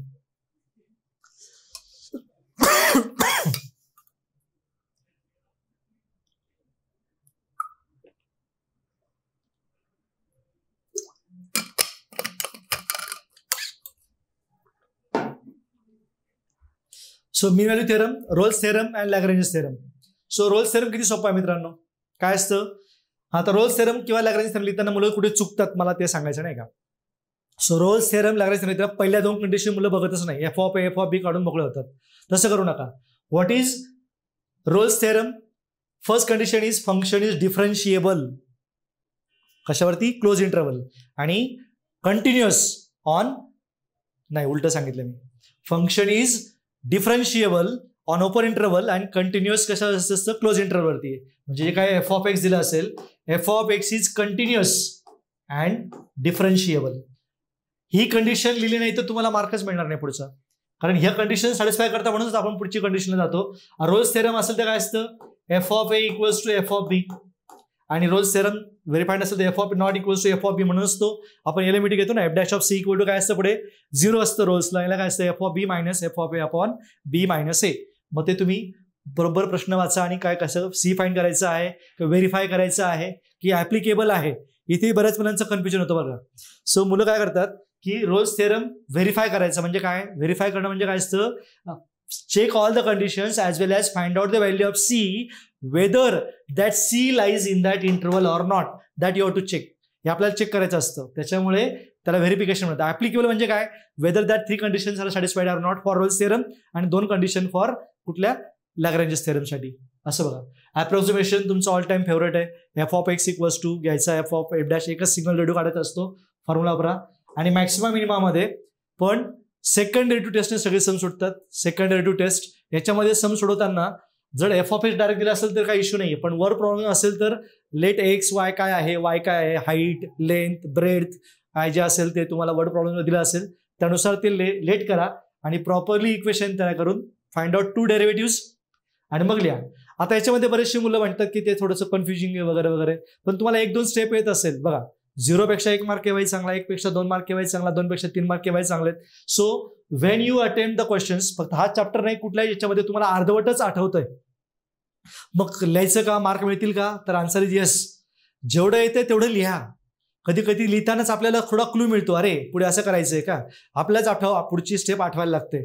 म्हणून जे येते ते लिहायला सुरुवात करायची म्हणजे करायचीच. जे काय तुम्हाला दिले कारण त्याला स्टेप्सला मार्क असतात, मी मागासपासून सांगतोय, जेणेकरून तुम्हाला त्याचे मार्क्स मिळू शकतील. ओके, नंतर पुढचं जे आहे ते आहे इंटिग्रेशन. इथं पण मी तेच केलंय, टाईप्स आणि फॉर्म्युली. म्हणजे तुम्हाला टाईप सम पाहिल्या टाईप ओळखता आला पाहिजे आणि फॉर्म्युले पाठ पाहिजे. म्हणजे फॉर एक्झाम्पल 1-2 सम मी तुम्हाला इथे एक्सप्लेन करतो. 1/, काय असेल 2 + 3 sin x, याचं इंटिग्रेशन काढायचंय. कसं करणार याचं इंटिग्रेशन, येस काय करायचं असतं इथे tan x/2 = t पुट करून करायचं असतं नाही का, इंटिग्रेशन ऑफ दिस, राईट. नंतर समजा मी इथे साइन स्क्वेअर केला तर काय करायचं असतं, divide numerator and denominator by cos square. So असे तुम्हाला टाईप बघा सम पाहिल्या ओळखताला पाहिजे. असं काहीतरी 2 sin x + 3 cos x upon sin x - cos x असं काहीतरी सम आहे. मग काय करायचं असतं इथे, yes express numerator in terms of denominator and it's derivative नाही का, nr = a × dr + b × ddx of dr असं आपण ते केलं फॉर्म्युला, तो वापरून करायचा असतो. तो असं सगळं हे तुम्हाला कसं करता येईल, जर तुम्हाला सगळे टाईप माहिती असतील तरच तुम्ही याचे मार्क मिळवू शकाल. आलं लक्षात. सो हे झालं इंटिग्रेशन मध्ये. नंतर किंवा असं सम दिला असेल x × log x किंवा नुसताच log x. So you should no हे बाय पार्ट्स नाही करायचंय. नंतर बाय पार्ट्स मध्ये पण तुम्हाला तो काय असतो, LITE लाईट रूल किंवा आयलेट रूल काय लोक म्हणतात, तो रूल वापरून ते करायचं असतं. First function must be log. इथं log x असं log x × 1 करून ते बाय पार्ट्स करायचं असतं. So you should know this. Partial फ्रॅक्शनची सम असतात मोस्टली, ती छान आहेत. पार्शियल फ्रॅक्शनचं सम सोडत येत नसेल पण तुम्हाला AB काढता येतोय ते करा. म्हणजे स्टेप्स वाईज तुम्ही लिहित जा. जेवढं तुम्हाला मगाशी काय म्हटलं आपल्याला वेळ नसतो, 3 तास 10 मिनिटं वेळ तुमच्याकडे, 3 तास 10 मिनिटं जेवढं लिहिता येईल तेवढं लिहा, जेणेकरून आपला 1-1 मार्क वाढत जाईल आणि ज्यांना आउट ऑफ पाहिजे त्यांची काही चूक होणार नाही याची त्यांनी काळजी घ्या. ठीक आहे. नंतर डेफिनेट इंटिग्रल मध्ये टाइप्स, फॉर्म्युले अँड प्रॉपर्टीज. इथं पण तेच सगळं जे इंडेफिनाइट मध्ये शिकलो तेच, फक्त इथं अप्पर लिमिट लोअर लिमिट करायचं असतं. पण याच्यात मॅक्सिमम सम हे प्रॉपर्टीवरती बेस असतात. मागाशी मी तुम्हाला थेरीमध्ये सांगितलं 0 to a f of x dx आणि इक्वेशन 1 and 2 किंवा असं -2 + वाला आलं -2 + 2 किंवा -π/2 to +π/2 -a2 + a की हे सम काय असतं, इव्हन ऑड चेक करायचं असतं. आणि ऑड आलं की आपल्यासाठी गॉड असतं ते का, कारण ऑड आलं म्हणजे इंटिग्रेशन 0 डायरेक्ट आपल्याला सोडायची गरज पडत नाही. म्हणजे इव्हन आलं की 2 टाइम्स करून ते करायचं असतं, हे तुम्हाला कळलं पाहिजे. आणि 0 to 2a जी प्रॉपर्टी आहे त्याच्यावरती फक्त हे एकच सम आहे, log of sin x, log of cos x, log of sec x आणि log of cosec x. ही जी सम आहे हे प्रॉपर्टी वापरून सोडणारं एकच सम आहे, फक्त एकच टाईपचं सम आहे. log of sin, log of cos, log of sec किंवा log of cosec किंवा ते log of असं न देता log of असं 1/√1 - x² sin x cos x असं काही ते फॉर्मेशन देतात. मग ते काही करून आपल्याला काय होतं, ते sum in terms of log of sin x किंवा log of cos x मध्ये रिड्यूस होतं. सो अशा प्रकारे तुम्हाला हा डेफिनेट इंटिग्रलचे सम्स तुम्हाला करता येतील. नंतर ऍप्लिकेशन ऑफ डेफिनेट इंटिग्रल मध्ये एरिया फाइंड, एकच ऍप्लिकेशन आहे, एरिया फाइंड करायचा आहे. तो एरिया फाइंड करताना अबाउट एक्स ऍक्सिस की अबाउट वाय ऍक्सिस हे बऱ्याच वेळेला दिलं असतं. अबाउट एक्स ऍक्सिस नाही का, किंवा एक्स ऍक्सिस आणि लाईन दिले असतील किंवा वाय ऍक्सिस किंवा कधी कधी दिलेलं नसतं तर ते आपण ठरवायचं असतं कुठलं सोपं जाईल. म्हणजे for example find the area between 2 parabolas. हा एक पॅराबोला दिलाय आणि हा एक पॅराबोला दिलाय, याच्यातला एरिया फाइंड करायचा आहे. तर अबाउट एक्स ऍक्सिस घेतलं तर आपण ह्या व्हॅल्यू काढणार इकडे, आणि अबाउट वाय ऍक्सिस घेतलं तर इकडचं काढणार. काय असणार, एरिया अंडर दिस पॅराबोला मायनस एरिया अंडर दिस पॅराबोला नाही का. आणि इकडे घेतलं तर उलट होईल, एरिया अंडर दिस पॅराबोला मायनस एरिया अंडर दिस पॅराबोला. ओके, सो ते प्रॉपरली काढायचं. एरिया फाइंड करताना कधी कधी आन्सर निगेटिव्ह येतं, तर निगेटिव्ह आल्यावरती ते पॉझिटिव्ह करायचं आणि परत काय लिहायचं, येस स्क्वेअर युनिट्स. एरिया जो काय येईल तुमचा तो स्क्वेअर युनिट लिहायला विसरायचं नाही. कधी कधी तुम्हाला 2-2 रिजन असतात, म्हणजे कधी सर्कल दिलं आहे आणि ही लाईन दिली आहे, हा एरिया काढा. मग area under circle line plus area under म्हणजे हा एरिया फाइंड करायचा असेल तर. सो ते प्रॉपरली क्वेश्चनमध्ये मेन्शन असतं. कधी कधी फक्त area bounded by parabola with latus rectum असा असेल तर हा पण एरिया असतो आणि हा पण एरिया असतो. मग दोन्ही एरिया काढायचे का तर नाही, फक्त वरचा काढा आणि 2 टाइम्स करा. हा लक्षात, जेणेकरून तुमचा आन्सर पटकन येईल. म्हणून ते बघा. पण फक्त म्हटलं असेल इन फर्स्ट क्वाड्रंट तर मग खालचा पण एरिया काढायचा प्रश्न येतच नाहीये. अजून याच्यामध्ये एक टिपिकल सम आहे ते म्हणजे 0 to साइन वाला आहे बघा. इंटिग्रल एरिया फाइंड करायचा आहे sine x dx.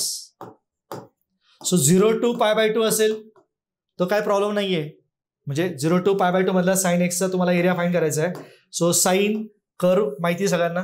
So 0 to π/2 हा इथला एरिया फाइंड करायचा आहे. इंटिग्रेशन काढलं की तुम्हाला आन्सर येईल. पण 0 to π जर असेल, 0 to 2π असेल, 0 to 3π/2 असेल, असं काय असेल तर अशा केसमध्ये तुमचं आन्सर चुकू शकतं. स्मार्ट मुलं चुकत नाही पण चुकू शकतं. चुकू शकतं म्हणजे काय, सपोज आता हेच सम असेल 0 to 2π मधलं काढायचं असेल. Area bounded by sine curve and between 0 to 2π. 0 to हा पाय झाला, हा 2π झाला. तर डायरेक्ट तुम्ही 0 to π जर घेतला इकडे इंटिग्रेशन 2π, सो तुमचा आन्सर 0 येईल. का 0 येईल? बिकॉज हा जो एरिया आहे आणि हा जो एरिया आहे हा याच्या निगेटिव्ह येईल. म्हणजे हा सपोज 2 असेल 2 तर हा -2 येतो आणि त्याची ऍडिशन करून आपण काय करतो 0 करतो. मग एरिया काय आला पाहिजे 4 आला पाहिजे. मग ते काय करायचं 0 to π/2 घ्या आणि 4 टाइम्स करा. म्हणजे काय 0 to π/2 आणि it is 4 times sine x. So that तुमचं मार्क जाणार नाही. म्हणजे साइन कॉसचा एरिया आला की 0 to π/2 करा. मग 2 टाइम्स π असेल तर 2 टाइम्स, 3π/2 असेल तर 3 टाइम्स, π असेल तर 2π असेल तर 4 टाइम्स. कधी कधी -π/2 to +π/2 पण विचारतात. -π/2 असेल तर मग 2 टाइम्स. जे काय असेल ते बघा, -π to +π पण असू शकतो. हा लक्षात. सो कन्फ्यूज व्हायचं नाही, बी कॉन्फिडंट. त्याच्यासाठी तुम्हाला हे सगळं लक्षात असलं पाहिजे किंवा लक्षात तुम्ही ठेवलं पाहिजे. नंतर बघा डिफरन्शियल इक्वेशन. मगाशी सांगितलं जसं ऑर्डर डिग्री लिहिताना काय विचारलं ते बघा. ऑर्डर विचारली आधी डिग्री विचारली आहे. MCQ मध्ये मगाशी सांगितलं तसं. पण तुम्ही थेरीमध्ये आधी डिग्री मग ऑर्डर काढली तरी पण चालते. याच्यामध्ये ऑर्डर डिग्रीमध्ये टिपिकल एक समय बघा, असं काहीतरी साइन ऑफ dy/dx किंवा e⁻dy/dx. त्याच्यामध्ये काय असतं order exist, degree does not exist. ते काळजीपूर्वक बघा. नंतर ऑर्डर डिग्री काढताना बऱ्याच वेळेला सम स्क्वेअर रूट मध्ये असतं किंवा (3/2) 1/, डिनॉमिनेटर मध्ये असतं, निगेटिव्ह फ्रॅक्शन मध्ये असतं, पॉझिटिव्ह फ्रॅक्शन मध्ये असतं, जे काय पॉवर असेल त्या. So when you find the order and degree you have to write the standard form of differential equation. Standard form म्हणजे काय, डिग्री अँड ऑर्डर जी काय पॉवर जी असते it should be positive integer, natural number आले पाहिजे. 3/2 असेल तर squaring करून घ्या, 1/2 असेल तर स्क्वेअरिंग करून घ्या, क्यूब रूट असेल तर जे काय असेल ते तसं करून घ्यायचं. आणि ते इक्वेशन स्टँडर्ड फॉर्म मध्ये सगळ्या पॉवर ह्या काय असल्या पाहिजेत, पॉझिटिव्ह इंटिजर फॉर्म मध्ये असल्या पाहिजेत. तसं असलं तर मग काय होईल, तुम्हाला त्याचे मार्क इझिली मिळतील आणि चुकणार नाही तुमचं. नंतर फॉर्मेशन ऑफ डिफरन्शियल इक्वेशन तयार करायचं असतात. कधी वर्ड प्रॉब्लेम असतात, कधी ते इक्वेशन लिहिलं असतं. ते इक्वेशन करताना जेवढे आर्बिटरी कॉन्स्टंट आहेत तेवढे वेळेला डिफरन्शिएट करून ते करायचं असतं. ते कसं करायचं असतं माहिती तुम्हाला. म्हणजे कधी कधी डायरेक्ट गायब होतो म्हणजे काय, डायरेक्ट कॉमन येतो आणि तो 2y ओरिजिनल इक्वेशन जे असतं त्याचं इक्वेशन तयार होतं. कधी कधी ते होत नाही, मग तो एलिमिनेट करायचं असतो. मग त्याला इथे एक आपल्याला अजून एक चांगली मेथड माहिती, डिटर्मिनंट. सपोज इथं असं एक्झाम्पलच घेतो मी, y = a e⁻² plus b e⁻3x असं असेल तर ह्या सम मध्ये काय होतं, इथं 2 टाइम्स 3 टाइम्स, पुढचा डेरिव्हेटिव्ह 4 टाइम्स आणि काय तर 9 टाइम्स. मग इथे काय करायचं असतं, ए चे कोएफिशियंट्स लिहा, इथे बी चे कोएफिशियंट्स लिहा आणि तिसरा कॉलम जो असतो तो ते काय लिहायचं असतं, तिथे ह्या टर्म्स. पण त्या सगळ्या एका साईडला पाहिजे, एक सम लेफ्ट साईडला एक राईट साईडला नाही. उरलेले टर्म्स, रिमेनिंग टर्म्स इथे लिहायचे असतात. But that terms, remaining terms must be what, on one side. Either all are on left hand side or all are on right hand side. आणि मग तो डिटर्मिनंट इक्वल टू डायरेक्टली 0 घ्यायचा. म्हणजे we eliminate this A and B. आणि मग अशी म्हटलं मी तसं y = सपोज हे असेल a e⁻² plus b e⁻². So मग इथं 2 असल्यामुळे 2 कॉमन येतो. मग पुढच्या वेळेला -4 होतो आणि डायरेक्टली ते y येतं, मग डायरेक्ट येतं ते. सो डिपेंड्स ऑन क्वेश्चन, तुम्हाला ठरवायचं कसं करायचं. ठीक आहे. Solution of differential equation. When you write the solution of differential equation what to do. Differential equation solution लिहिताना आपल्याकडे मेथड्स आहेत. कुठली मेथड आहे, पहिली मेथड राईट, व्हेरिएबल सेपरेबल. दुसरी कुठली आहे, सबस्टिट्यूशन. तिसरी कुठली आहे, होमोजिनियस. आणि चौथी लिनियर डिफरन्शियल इक्वेशन. म्हणजे हे सोल्युशन काढण्याच्या 4 टेक्निक्स आहेत. सगळ्या सममध्ये काय करायचं असतं, व्हेरिएबल सेपरेबलच वापरायचं असतो. म्हणजे why we use substitution method, समोर dy/dx equals to cos of x plus y असं काहीतरी सम असेल. सो या सम मध्ये काय प्रॉब्लेम होतो की आपण हे व्हेरिएबल सेपरेबल करू शकत ना. We cannot collect all x on one side, all y on other side. मग काय करतो आपण, एक्स प्लस वायला पुट करतो, म्हणजे सबस्टिट्यूशन करतो. सबस्टिट्यूट का करतो, कारण आपल्याला काय करायचं असतं, ऍट द एंड आपण व्हेरिएबल सेपरेबलच करत असतो. आणि मग व्हेरिएबल सेपरेबलने इंटिग्रेट बोथ साइड्स. आता इंटिग्रेट बोथ साइड करत असताना add constant of integration on only one side. एकच कॉन्स्टंट ऑफ इंटिग्रेशन ऍड करायचं. दोन्ही साइडला इंटिग्रेट करतो ना आपण, पण दोन्हीकडे सीसी ऍड करायचं नाही, एकच कॉन्स्टंट ऑफ इंटिग्रेशन ऍड करायचा असतो. आणि अजून एक काय असतं, if all terms are in log then add log c as constant of integration. का, लॉग सी ऍड केल्याने ते लॉगचे रूल वापरून आपल्याला तो लॉग गायब करता येतो, कॅन्सल करता येतो, आणि जे काही इक्वेशन होतं ते आपल्याला सिम्प्लिफाईड फॉर्ममध्ये लिहिता येतं. हे असतं जनरल सोल्युशनसाठी. आणि जेव्हा प्रिन्सिपल सोल्युशन काढतो तेव्हा पण आपल्याला तो कॉन्स्टंट काढायचा असतो सी. तर तो सी काढताना सुद्धा आपल्याला काय करायचं असतं की आपल्याला ते प्रॉपर कॉन्स्टंट ऑफ इंटिग्रेशन एका साइडला ऍड करा, आणि all terms are in log then add log c. Do not forget this. Then linear differential equation. दोन टाईपची लिनियर डिफरन्शियल इक्वेशन आहेत. याच्यामध्ये इंटिग्रेटिंग फॅक्टर काढायला विसरायचं नाही का, ऑब्विसली त्याच्याशिवाय आपण डिफरन्शियल इक्वेशन सोडू शकतच नाहीये. So when you solve linear differential equation, ते इक्वेशन पहिले लिहा dy/dx plus py plus q form मध्ये. मग p कुठला q कुठला तो आयडेंटिफाय करा, आणि मग तो if equals to e pdx जर pq in terms of x असेल तर, आणि उलट dx/dy px equals to q असेल तर काय येणार, if e pdy. ओके, मग if घेऊन त्याचं डायरेक्ट जनरल सोल्युशन लिहिता येतं तुम्हाला. मग आता याच्यामध्ये काही मुलांचा असा प्रश्न असतो बरं का, मला विचारतात मुलं बऱ्याच वेळेला, सर ते LDE आहे की नाही ओळखता येतं किंवा ओळखता येत नाही, किंवा दिलेलं असतं का, तर 99% दिलेलं नसतं. सॉल्व द डी असं असतं, आपण आयडेंटिफाय करायचं असतं. आणि मग याच्यातली काही सम जी ती आधीची आपलं LDE जे सुरू होतं त्याच्या आधीची काही सम आहेत, ती सम LDEने सुटतात. मग असं परीक्षेला मेन्शन नसतं केलं की ह्या मेथडने सोडवा. मग त्या केसमध्ये काय करू शकता तुम्ही, तुम्हाला जी सोपी मेथड वाटते त्या मेथडने तुम्ही करू शकता. हा लक्षात. सो मग तुम्ही कुठलीही मेथड वापरू शकता सोल्युशन काढताना. आणि ऍप्लिकेशन ऑफ डिफरन्शियल इक्वेशन मध्ये 3 ऍप्लिकेशन्स आहेत, ग्रोथ, डीके, आणि तुमचा आवडता Newton. Yes, Newton's law of cooling, जो तुम्ही फिजिक्समध्ये खूप वेळा वापरलाय. तर तिथे डिफरन्शियल इक्वेशन तयार करा, इनिशियल कंडिशन वापरा, नंतर तो थिटा काढा, किंवा काय के असेल तर जे काय दिले असेल एक्स काढा, किंवा ते काय असेल पॉप्युलेशन काढायची असेल, किंवा एखादा काय असेल तो रेडिओ ऍक्टिव्ह सबस्टन्स तो डिसइंटिग्रेट होतोय त्याची व्हॅल्यू काढा. तर ते काळजीपूर्वक करायचं आहे तिथे. फक्त जेव्हा ग्रोथ असेल तेव्हा प्रपोर्शनॅलिटी कॉन्स्टंट जो असतो dy/dx इक्वल्स टू, किंवा तुम्ही जे काय dp/dt वर काय घेणार असाल तो असतो k टाइम्स.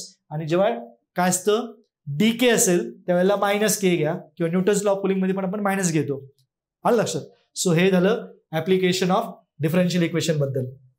नेक्स्ट सगळ्यात बघा प्रोबॅबिलिटी डिस्ट्रीब्युशन आणि बायनॉमियल डिस्ट्रीब्युशन. मग अशी म्हटलं होतं बघा, हे खूप सोपे चॅप्टर्स आहेत, 2च एक्सरसाइज याच्यामध्ये, आणि बायनॉमियलमध्ये एक एक्सरसाइज आहे, आणि आपल्याला 5 मार्क आहेत, कुठेही थिअरी नाहीये. मग याच्यात DRV CRV म्हणजे तुम्ही अजून काही केलं नसेल तरी पण आपण करू शकतो का, येस. बघा तुम्हाला 2 मिनिटात सांगतोय चॅप्टर कसं करायचं. DRV आणि CRV. DRV discrete random variable, CRV म्हणजे कंटिन्युअस रॅन्डम व्हेरिएबल, म्हणजे जिथे एकशे व्हॅल्यू जे असतात ना 1 2 3 स्कॅटर असतात अशा, याला म्हणायचं असतं डिस्क्रीट. पण हेच असं असेल 1 < x < 5, याचा अर्थ काय असतं, एकशे व्हॅल्यू 1.1 पण आहे, 4.99 पण आहे. हा लक्षात. इक्वल टू असेल तर 1 पण येईल, 5 पण येईल, ऑब्व्हियसली तो डाऊट नाही. पण मधल्या व्हॅल्यू ज्या असतात इथं 1 नंतर डिरेक्टली 2 आहे, 2 नंतर डिरेक्टली 3 आहे, 3 नंतर डिरेक्टली 4 आहे, 4 नंतर 5, अशा व्हॅल्यूज आहेत. जिथं जम्प असतो त्याला म्हणायचं असतं डिस्क्रीट. आणि जिथं गॅप, नावातच सगळं बघा ना मित्रांनो, कंटिन्युअस नावातच सगळं आहे. कंटिन्युअस म्हणजे काय, कंटिन्यू व्हॅल्यू आहेत त्याच्या, कुठेही गॅप नाहीये, इन्फायनाइट व्हॅल्यूज, अनकाउंटेबल व्हॅल्यूज आहेत, त्याला म्हणायचं असतं कंटिन्युअस रॅन्डम व्हेरिएबल. नंतर हे व्हेरिएबलचा कन्सेप्ट कळला की मग काय असतं, आपल्याला प्रोबॅबिलिटी फंक्शन काढायचं असतं. मग त्याला DRVचं जे असतं त्याला म्हणतात कुठलं फंक्शन, प्रोबॅबिलिटी मास फंक्शन. आणि CRVचं जे असतं it is called as probability density function. मग ते कोणाला म्हणायचं असतं, इकडे पण 2 कंडिशन्स आहेत, तिकडे पण 2 कंडिशन्स आहेत, कंडिशन नंबर 1 आणि condition number 2. So what is the first condition for PMF, all the probabilities must lies between 0 to 1. सगळ्या मिनिमम 0 असते, मॅक्सिमम +1, याच्यामध्ये सगळ्या प्रोबॅबिलिटीज असल्या पाहिजेत. And second condition is sum of all these probabilities must be equals to 1. If sum of all the probabilities is 1, then what that given काय असेल, discrete table जो असेल तो that is called as a, किंवा तो असेल PMF follow करत असेल. Then PDF What is PDF? Same two conditions. Condition number 1 and condition number 2. So what is condition number 1? Condition number 1 is what? All the values of that function are greater than equals to 0 for all x. इथं बघा 1 पेक्षा मोठी झाली नको असं म्हटलंय. इथं तसं नाहीये. काय असतं? पॉझिटिव्ह पाहिजे. किती असू शकते व्हॅल्यू फंक्शनची? कुठली? For all values of x. तुम्हाला जो काय एक्सची रेंज दिली असेल की नाही, एक्सची रेंज दिलेली असते त्यानुसार ठरवायचं. आणि सेकंड, इन्स्टेड ऑफ समेशन काय असतं इथे? Integration of that function must be 1. मग तुम्ही म्हणाल सर, तुम्ही म्हटलं सोपं आहे प्रॉपर्टी डिस्ट्रीब्युशन आणि तुम्ही मध्येच इंटिग्रेशन घुसवलं आणि तुम्ही म्हटलं इंटिग्रेशन काय मग ते. तर इथे मित्रांनो इंटिग्रेशन जे असतं तो इंटरवल दिला असतो इथे, म्हणजे maximum minimum value minus infinity plus infinity जे काय असेल तो लिहायचा. याच्यामध्ये जो एफ ऑफ एक्स असतो तो फक्त एक्स रेस टू एन फॉर्म्युलावरती डिपेंड आहे. माहिती आहे तुम्हाला, X raise to N plus 1 upon N plus 1 झाला की फॉर्म्युला पाठ. पुढचा कुठला असतं? रूट एक्सचा फॉर्म्युला आहे. आणि तिसरा जो आहे तो ई रेस टू एक्स. फक्त या 3 फॉर्म्युल्यावरतीच याच्यावरती समेत, बाकी कुठलंही बाय पार्ट्स आणि पार्शियल फ्रॅक्शन आणि असं काही विचित्र प्रकार किंवा प्रॉपर्टी वापरून वगैरे करायचं नाहीये. तर असं इझिली ते या 2 कंडिशन सॅटिस्फाय करून तुम्ही पीएमएफ आणि पीडीएफ काढू शकतात. नंतर सीडीएफ जो असतो इथे बऱ्याच मुलांची गलत होते, तो असतो F of x capital F. बघा हा असतो स्मॉल एफ आणि असतो capital F in both the cases. कुठे? डीआरव्ही साठी पण आणि सीआरव्ही साठी पण. इथे काय असतं? This is P of x less than equals to X. याची प्रॉपर्टी काढायची असते. म्हणजे फॉर एक्झाम्पल एफ ऑफ 2 काढायचं आहे, मग काय काढायचं? P of x less than equals to 2 काढा ना मित्रांनो, संपला विषय. त्याला म्हणायचं असतं सीडीएफ. मग कधी कधी टेबल दिलेला असतो, टेबलमध्ये काय असतं? सीडीएफ मध्ये टेबल दिलेला असतो, त्याच्यावर प्रॉपर्टी डिस्ट्रीब्युशन फंक्शन किंवा प्रॉपर्टी डिस्ट्रीब्युशन टेबल तयार करायचा असतो. तर ती प्रॉपर्टी कशी डिस्ट्रीब्युट करायची असते माहिती आहे तुम्हाला, कशी फाइंड करायची असते ते सम सगळे पुस्तकात सॉल्व्ह पण आहेत, अनसॉल्व्ह पण आहेत, ते सगळे बघा. आणि सगळ्यात शेवटचा टॉपिक जो आहे तो म्हणजे कुठला? Expected value and variance. So ही एक्सपेक्टेड व्हॅल्यू जी आहे ती ई ऑफ एक्स, जरा इथे जागा करतो. सो ई ऑफ एक्स काय असतं? E of x equals to, जर डीआरव्ही बद्दल बोलतो मी, काय असतं? Summation x i p i. आणि व्ही ऑफ एक्स काय असतं? Summation E of x square minus E of x bracket square. V of x आपण आताच काढला. यालाच काय म्हणायचं असतं? Expected value. यालाच काय म्हणायचं असतं? मीन. बघा याला म्हणायचं असतं एक्सपेक्टेड व्हॅल्यू, म्यू आणि मीन, असे त्याला 3 वेगवेगळे शब्द आहेत. आणि व्हेरियन्स जो असतो, व्हेरियन्स त्याला असतो सिग्मा स्क्वेअर. नोटेशन काय असते त्याला? सिग्मा स्क्वेअर, किंवा कसं काय लिहितात त्याला? V r of x, variance of x.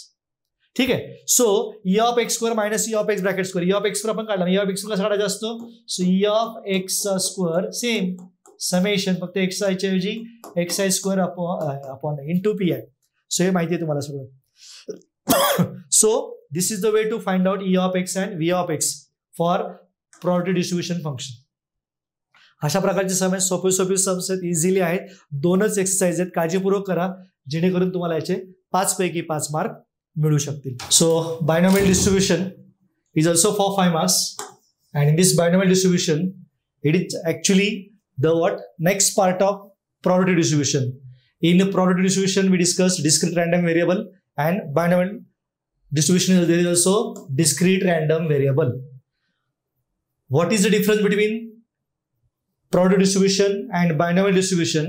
In binomial distribution there is a Bernoulli trial. Bernoulli trial means what? Bernoulli trial means any action which gives only 2 results. Any action which gives only 2 results, त्याला म्हणायचं असतं Bernoulli trial. आणि मग हे म्हणजे काय असतं? Coin toss केलं, हेड आणि टेल एवढंच होणार. If you appear for in exam, pass or fail एवढंच होणार. त्याला म्हणायचं असतं बर्नॉली ट्रायल. आणि if that trials are repeated n times, then it is called as a binomial distribution. We write this as x follows binomial distribution with parameter np. So what is this n? Number of times experiment is repeated. A coin is tossed 5 times. A target is shoot 7 times. A student appear for IS exam 10 times, 5 times, 6 times. So one experiment is repeated number of times. Then this n is number of repetition. How many times that coin is tossed. And P is the probability of success. P is called as probability of success. And what is P plus Q? Q means probability of failure. And probability of success plus failure is always 1. Okay, so probability P is a probability of success. Again, In binomial distribution, only two types of probabilities are there. One is a success and second is a failure. Okay. Now PMF. What is PMF? P of x equals to x small x n c x p raised to x q raised to n minus x, comma n value of x is equals to 0, 1, 2, 3, 4. So x equals to 0, 1, 2, whatever the values are given to you up to n. Okay, number of times 5 times, 7 times. So 7 depends on the value of n. Now, so using this formula, we solve the example. Means for example, exactly 3 times, exactly 4 times, at least 3 times, at least 2 times. So depends on that. We are going to use this formula and find out all that probabilities. Now, what is expected value? Yes, I know you all are familiar with these two formulas and you like this because there is always one example based on this in your board examination. The first one is E of x equals to NP and V of x equals to NPQ, right? Okay, so these are the expected and variance values. So sometimes E of x is given, V of x is given, find n, find p, find q, or n and p is given, find E of x, V of x. Such a mutual type of examples are asked in board examination. Now there is one more term, that is standard deviation, and which is nothing but square root of variance. So whenever there is a question, find out SD, means we are going to always find out the variance, and once we are getting the variance, we take its square root. So the square root of that variance is nothing but standard deviation. Okay, now in this chapter only these three formulas are there: E of x, V of x, and this P of x. If you know this, we can score 5 out of 5 marks of this question. It's very easy to score the 5 marks of binomial distribution. Dear friends, it is not mentioned in the question using binomial, using probability distribution. You have to solve this. You have to read the question carefully. Whether the experiment is repeated, then we use binomial. Otherwise, we solve by probability distribution. So this is about the topics of mathematics 2. So I hope it is clear to everyone to how to prepare and how to score the maximum marks in board examination. Okay. Now, time management. We have 180 minutes and 10 minutes extra, that is for paper reading. Total 3 hours and 10 minutes are there for each and every paper, each and every subject. In this 190 minutes, total number of questions in your question paper are 44. Out of 44, you have to attempt how much? 33 questions. 33 sums. For theory plus problems contain 33. So when you try to solve the question 5, 7, 10 questions, okay, when you solve 10 questions, म्हणजे तुम्हाला काहीतरी सम सोडवायचे 10, 9, 15 सम झाले की आपला कंटाळा येतो. तसं करून चालणार नाही. आपल्या इथे 33 सम, म्हणजे थेरी नाही केली तरी पण तुम्हाला 33 सम करायची आहेत. हा, आता थेरी नाही केल्यावरून आठवलं काय, मला असं विचारायचं, थेरी नाही केली तर चालणार का? The answer is yes. हो, येस येस. का? कारण थेरी सेक्शन मध्ये कधीच येणार नाही, कारण ते MCQ आहेत.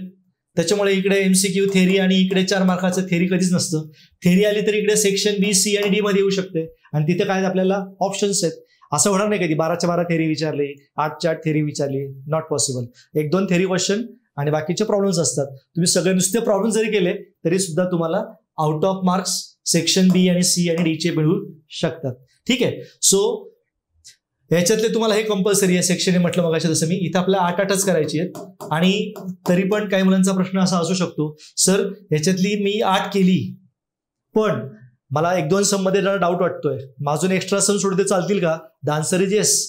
मग ती कुठे सोडवायची? सेक्शन B सोडवताना सोडू का, पेजेस सोडू का, शेवटी सोडू का, कुठेही सोडवा, प्रॉब्लेम नाहीये. पण मग अशी मी काय म्हणतो तुम्हाला, पेपर लिहिताना आन्सर शीट जेव्हा तो एक्झामिनर बघेल तो त्या आन्सर शीटच्या प्रेमात पडला पाहिजे. म्हणजे काय? प्रेझेंटेशन व्यवस्थित पाहिजे. म्हणजे काय? तुम्ही सेक्शन ए लिहिला, सेक्शन एला काय पेजेस सोडवायची गरज नाही तुम्हाला, पण सेक्शन B तुम्ही लिहिला, सेक्शन C लिहिला, सेक्शन D लिहिला, याच्यातले 8 आणि 5 क्वेश्चन केले आणि तुम्हाला एक्स्ट्रा वेळ मिळाला किंवा तुम्हाला अजून 1-2 सम सोडवायचे आहेत तर काही प्रॉब्लेम नाही. तुम्ही शेवटी लिहू शकता आणि फक्त लिहायचं. समजा फॉर एक्झाम्पल तुम्ही सेक्शन B मधला क्वेश्चन नंबर 13 करताय तर तो question number right properly, question 13, किंवा मग तुम्ही क्वेश्चन 17 करताय किंवा क्वेश्चन 25 करताय. So write that question number properly. We are going to check each and everything. आम्ही सगळं चेक करतो. आम्हाला प्रत्येक पेज बघायला लागतं. तुम्ही लिहिलं नसेल तर तिथे कोरा पेज असेल तर तिथे आम्हाला काट मारायला लागतं, म्हणजे लाईन मारायला लागते. आणि जेणेकरून तुमचं एकही पेज राहत नाही. असं नाही की आम्ही लिहिलं चेकच केलं नाही, असं हायली इम्पॉसिबल. एक पेपर किमान 2 ते 3 वेळा चेक होतो, किमान मिनिमम टाइम. सो त्याच्यामुळे हे सगळं तुम्ही व्यवस्थित करा. आता काही मुलं असं म्हणतात की सर सेक्शन ए आधी लिहू, बी आधी लिहू, सी आधी लिहू की डी आधी लिहू. तो तुम्हाला बघा, तुम्ही आता आधीचे पेपर दिले, तुम्हाला माहिती आहे क्वेश्चन आन्सर शीट तुम्हाला आधीच मिळते 15-20 मिनिटं. मग आपल्याला वेळ वापरायचा आहे, वेळ जास्त यूज करून घ्यायचा आहे. सो तुम्हाला आन्सर शीट मिळाली. पेज 1 पेज 2 झालं. पेज 3 वरती तुम्ही सेक्शन ए लिहायचा. पेज 3 वरती सेक्शन ए, त्याच्यामध्ये क्वेश्चन नंबर 1 असं टाका आणि पुढे मग नंबर 1 MCQ 1 ओळ सोडा, नंबर 2 MCQ 1 ओळ सोडा, MCQ 3 MCQ 4 8 MCQ लिहायचे, बरोबर बसतात एका पेजमध्ये. आणि क्वेश्चन 2 जो होतं पेज 2 वरती लिहा, आधीच लिहून काढायचं असं. आणि नंतर तुम्ही आता ठरवायचं आधी MCQ सोडवायची. म्हणजे जेव्हा पेपर बघाल तुम्ही वाचा, तुम्हाला खूप सोपं वाटलं तर पहिले MCQ सोडवा. असं वाटतं की MCQ मध्ये खूप वेळ जाणार आहे, MCQ नंतर सोडवा.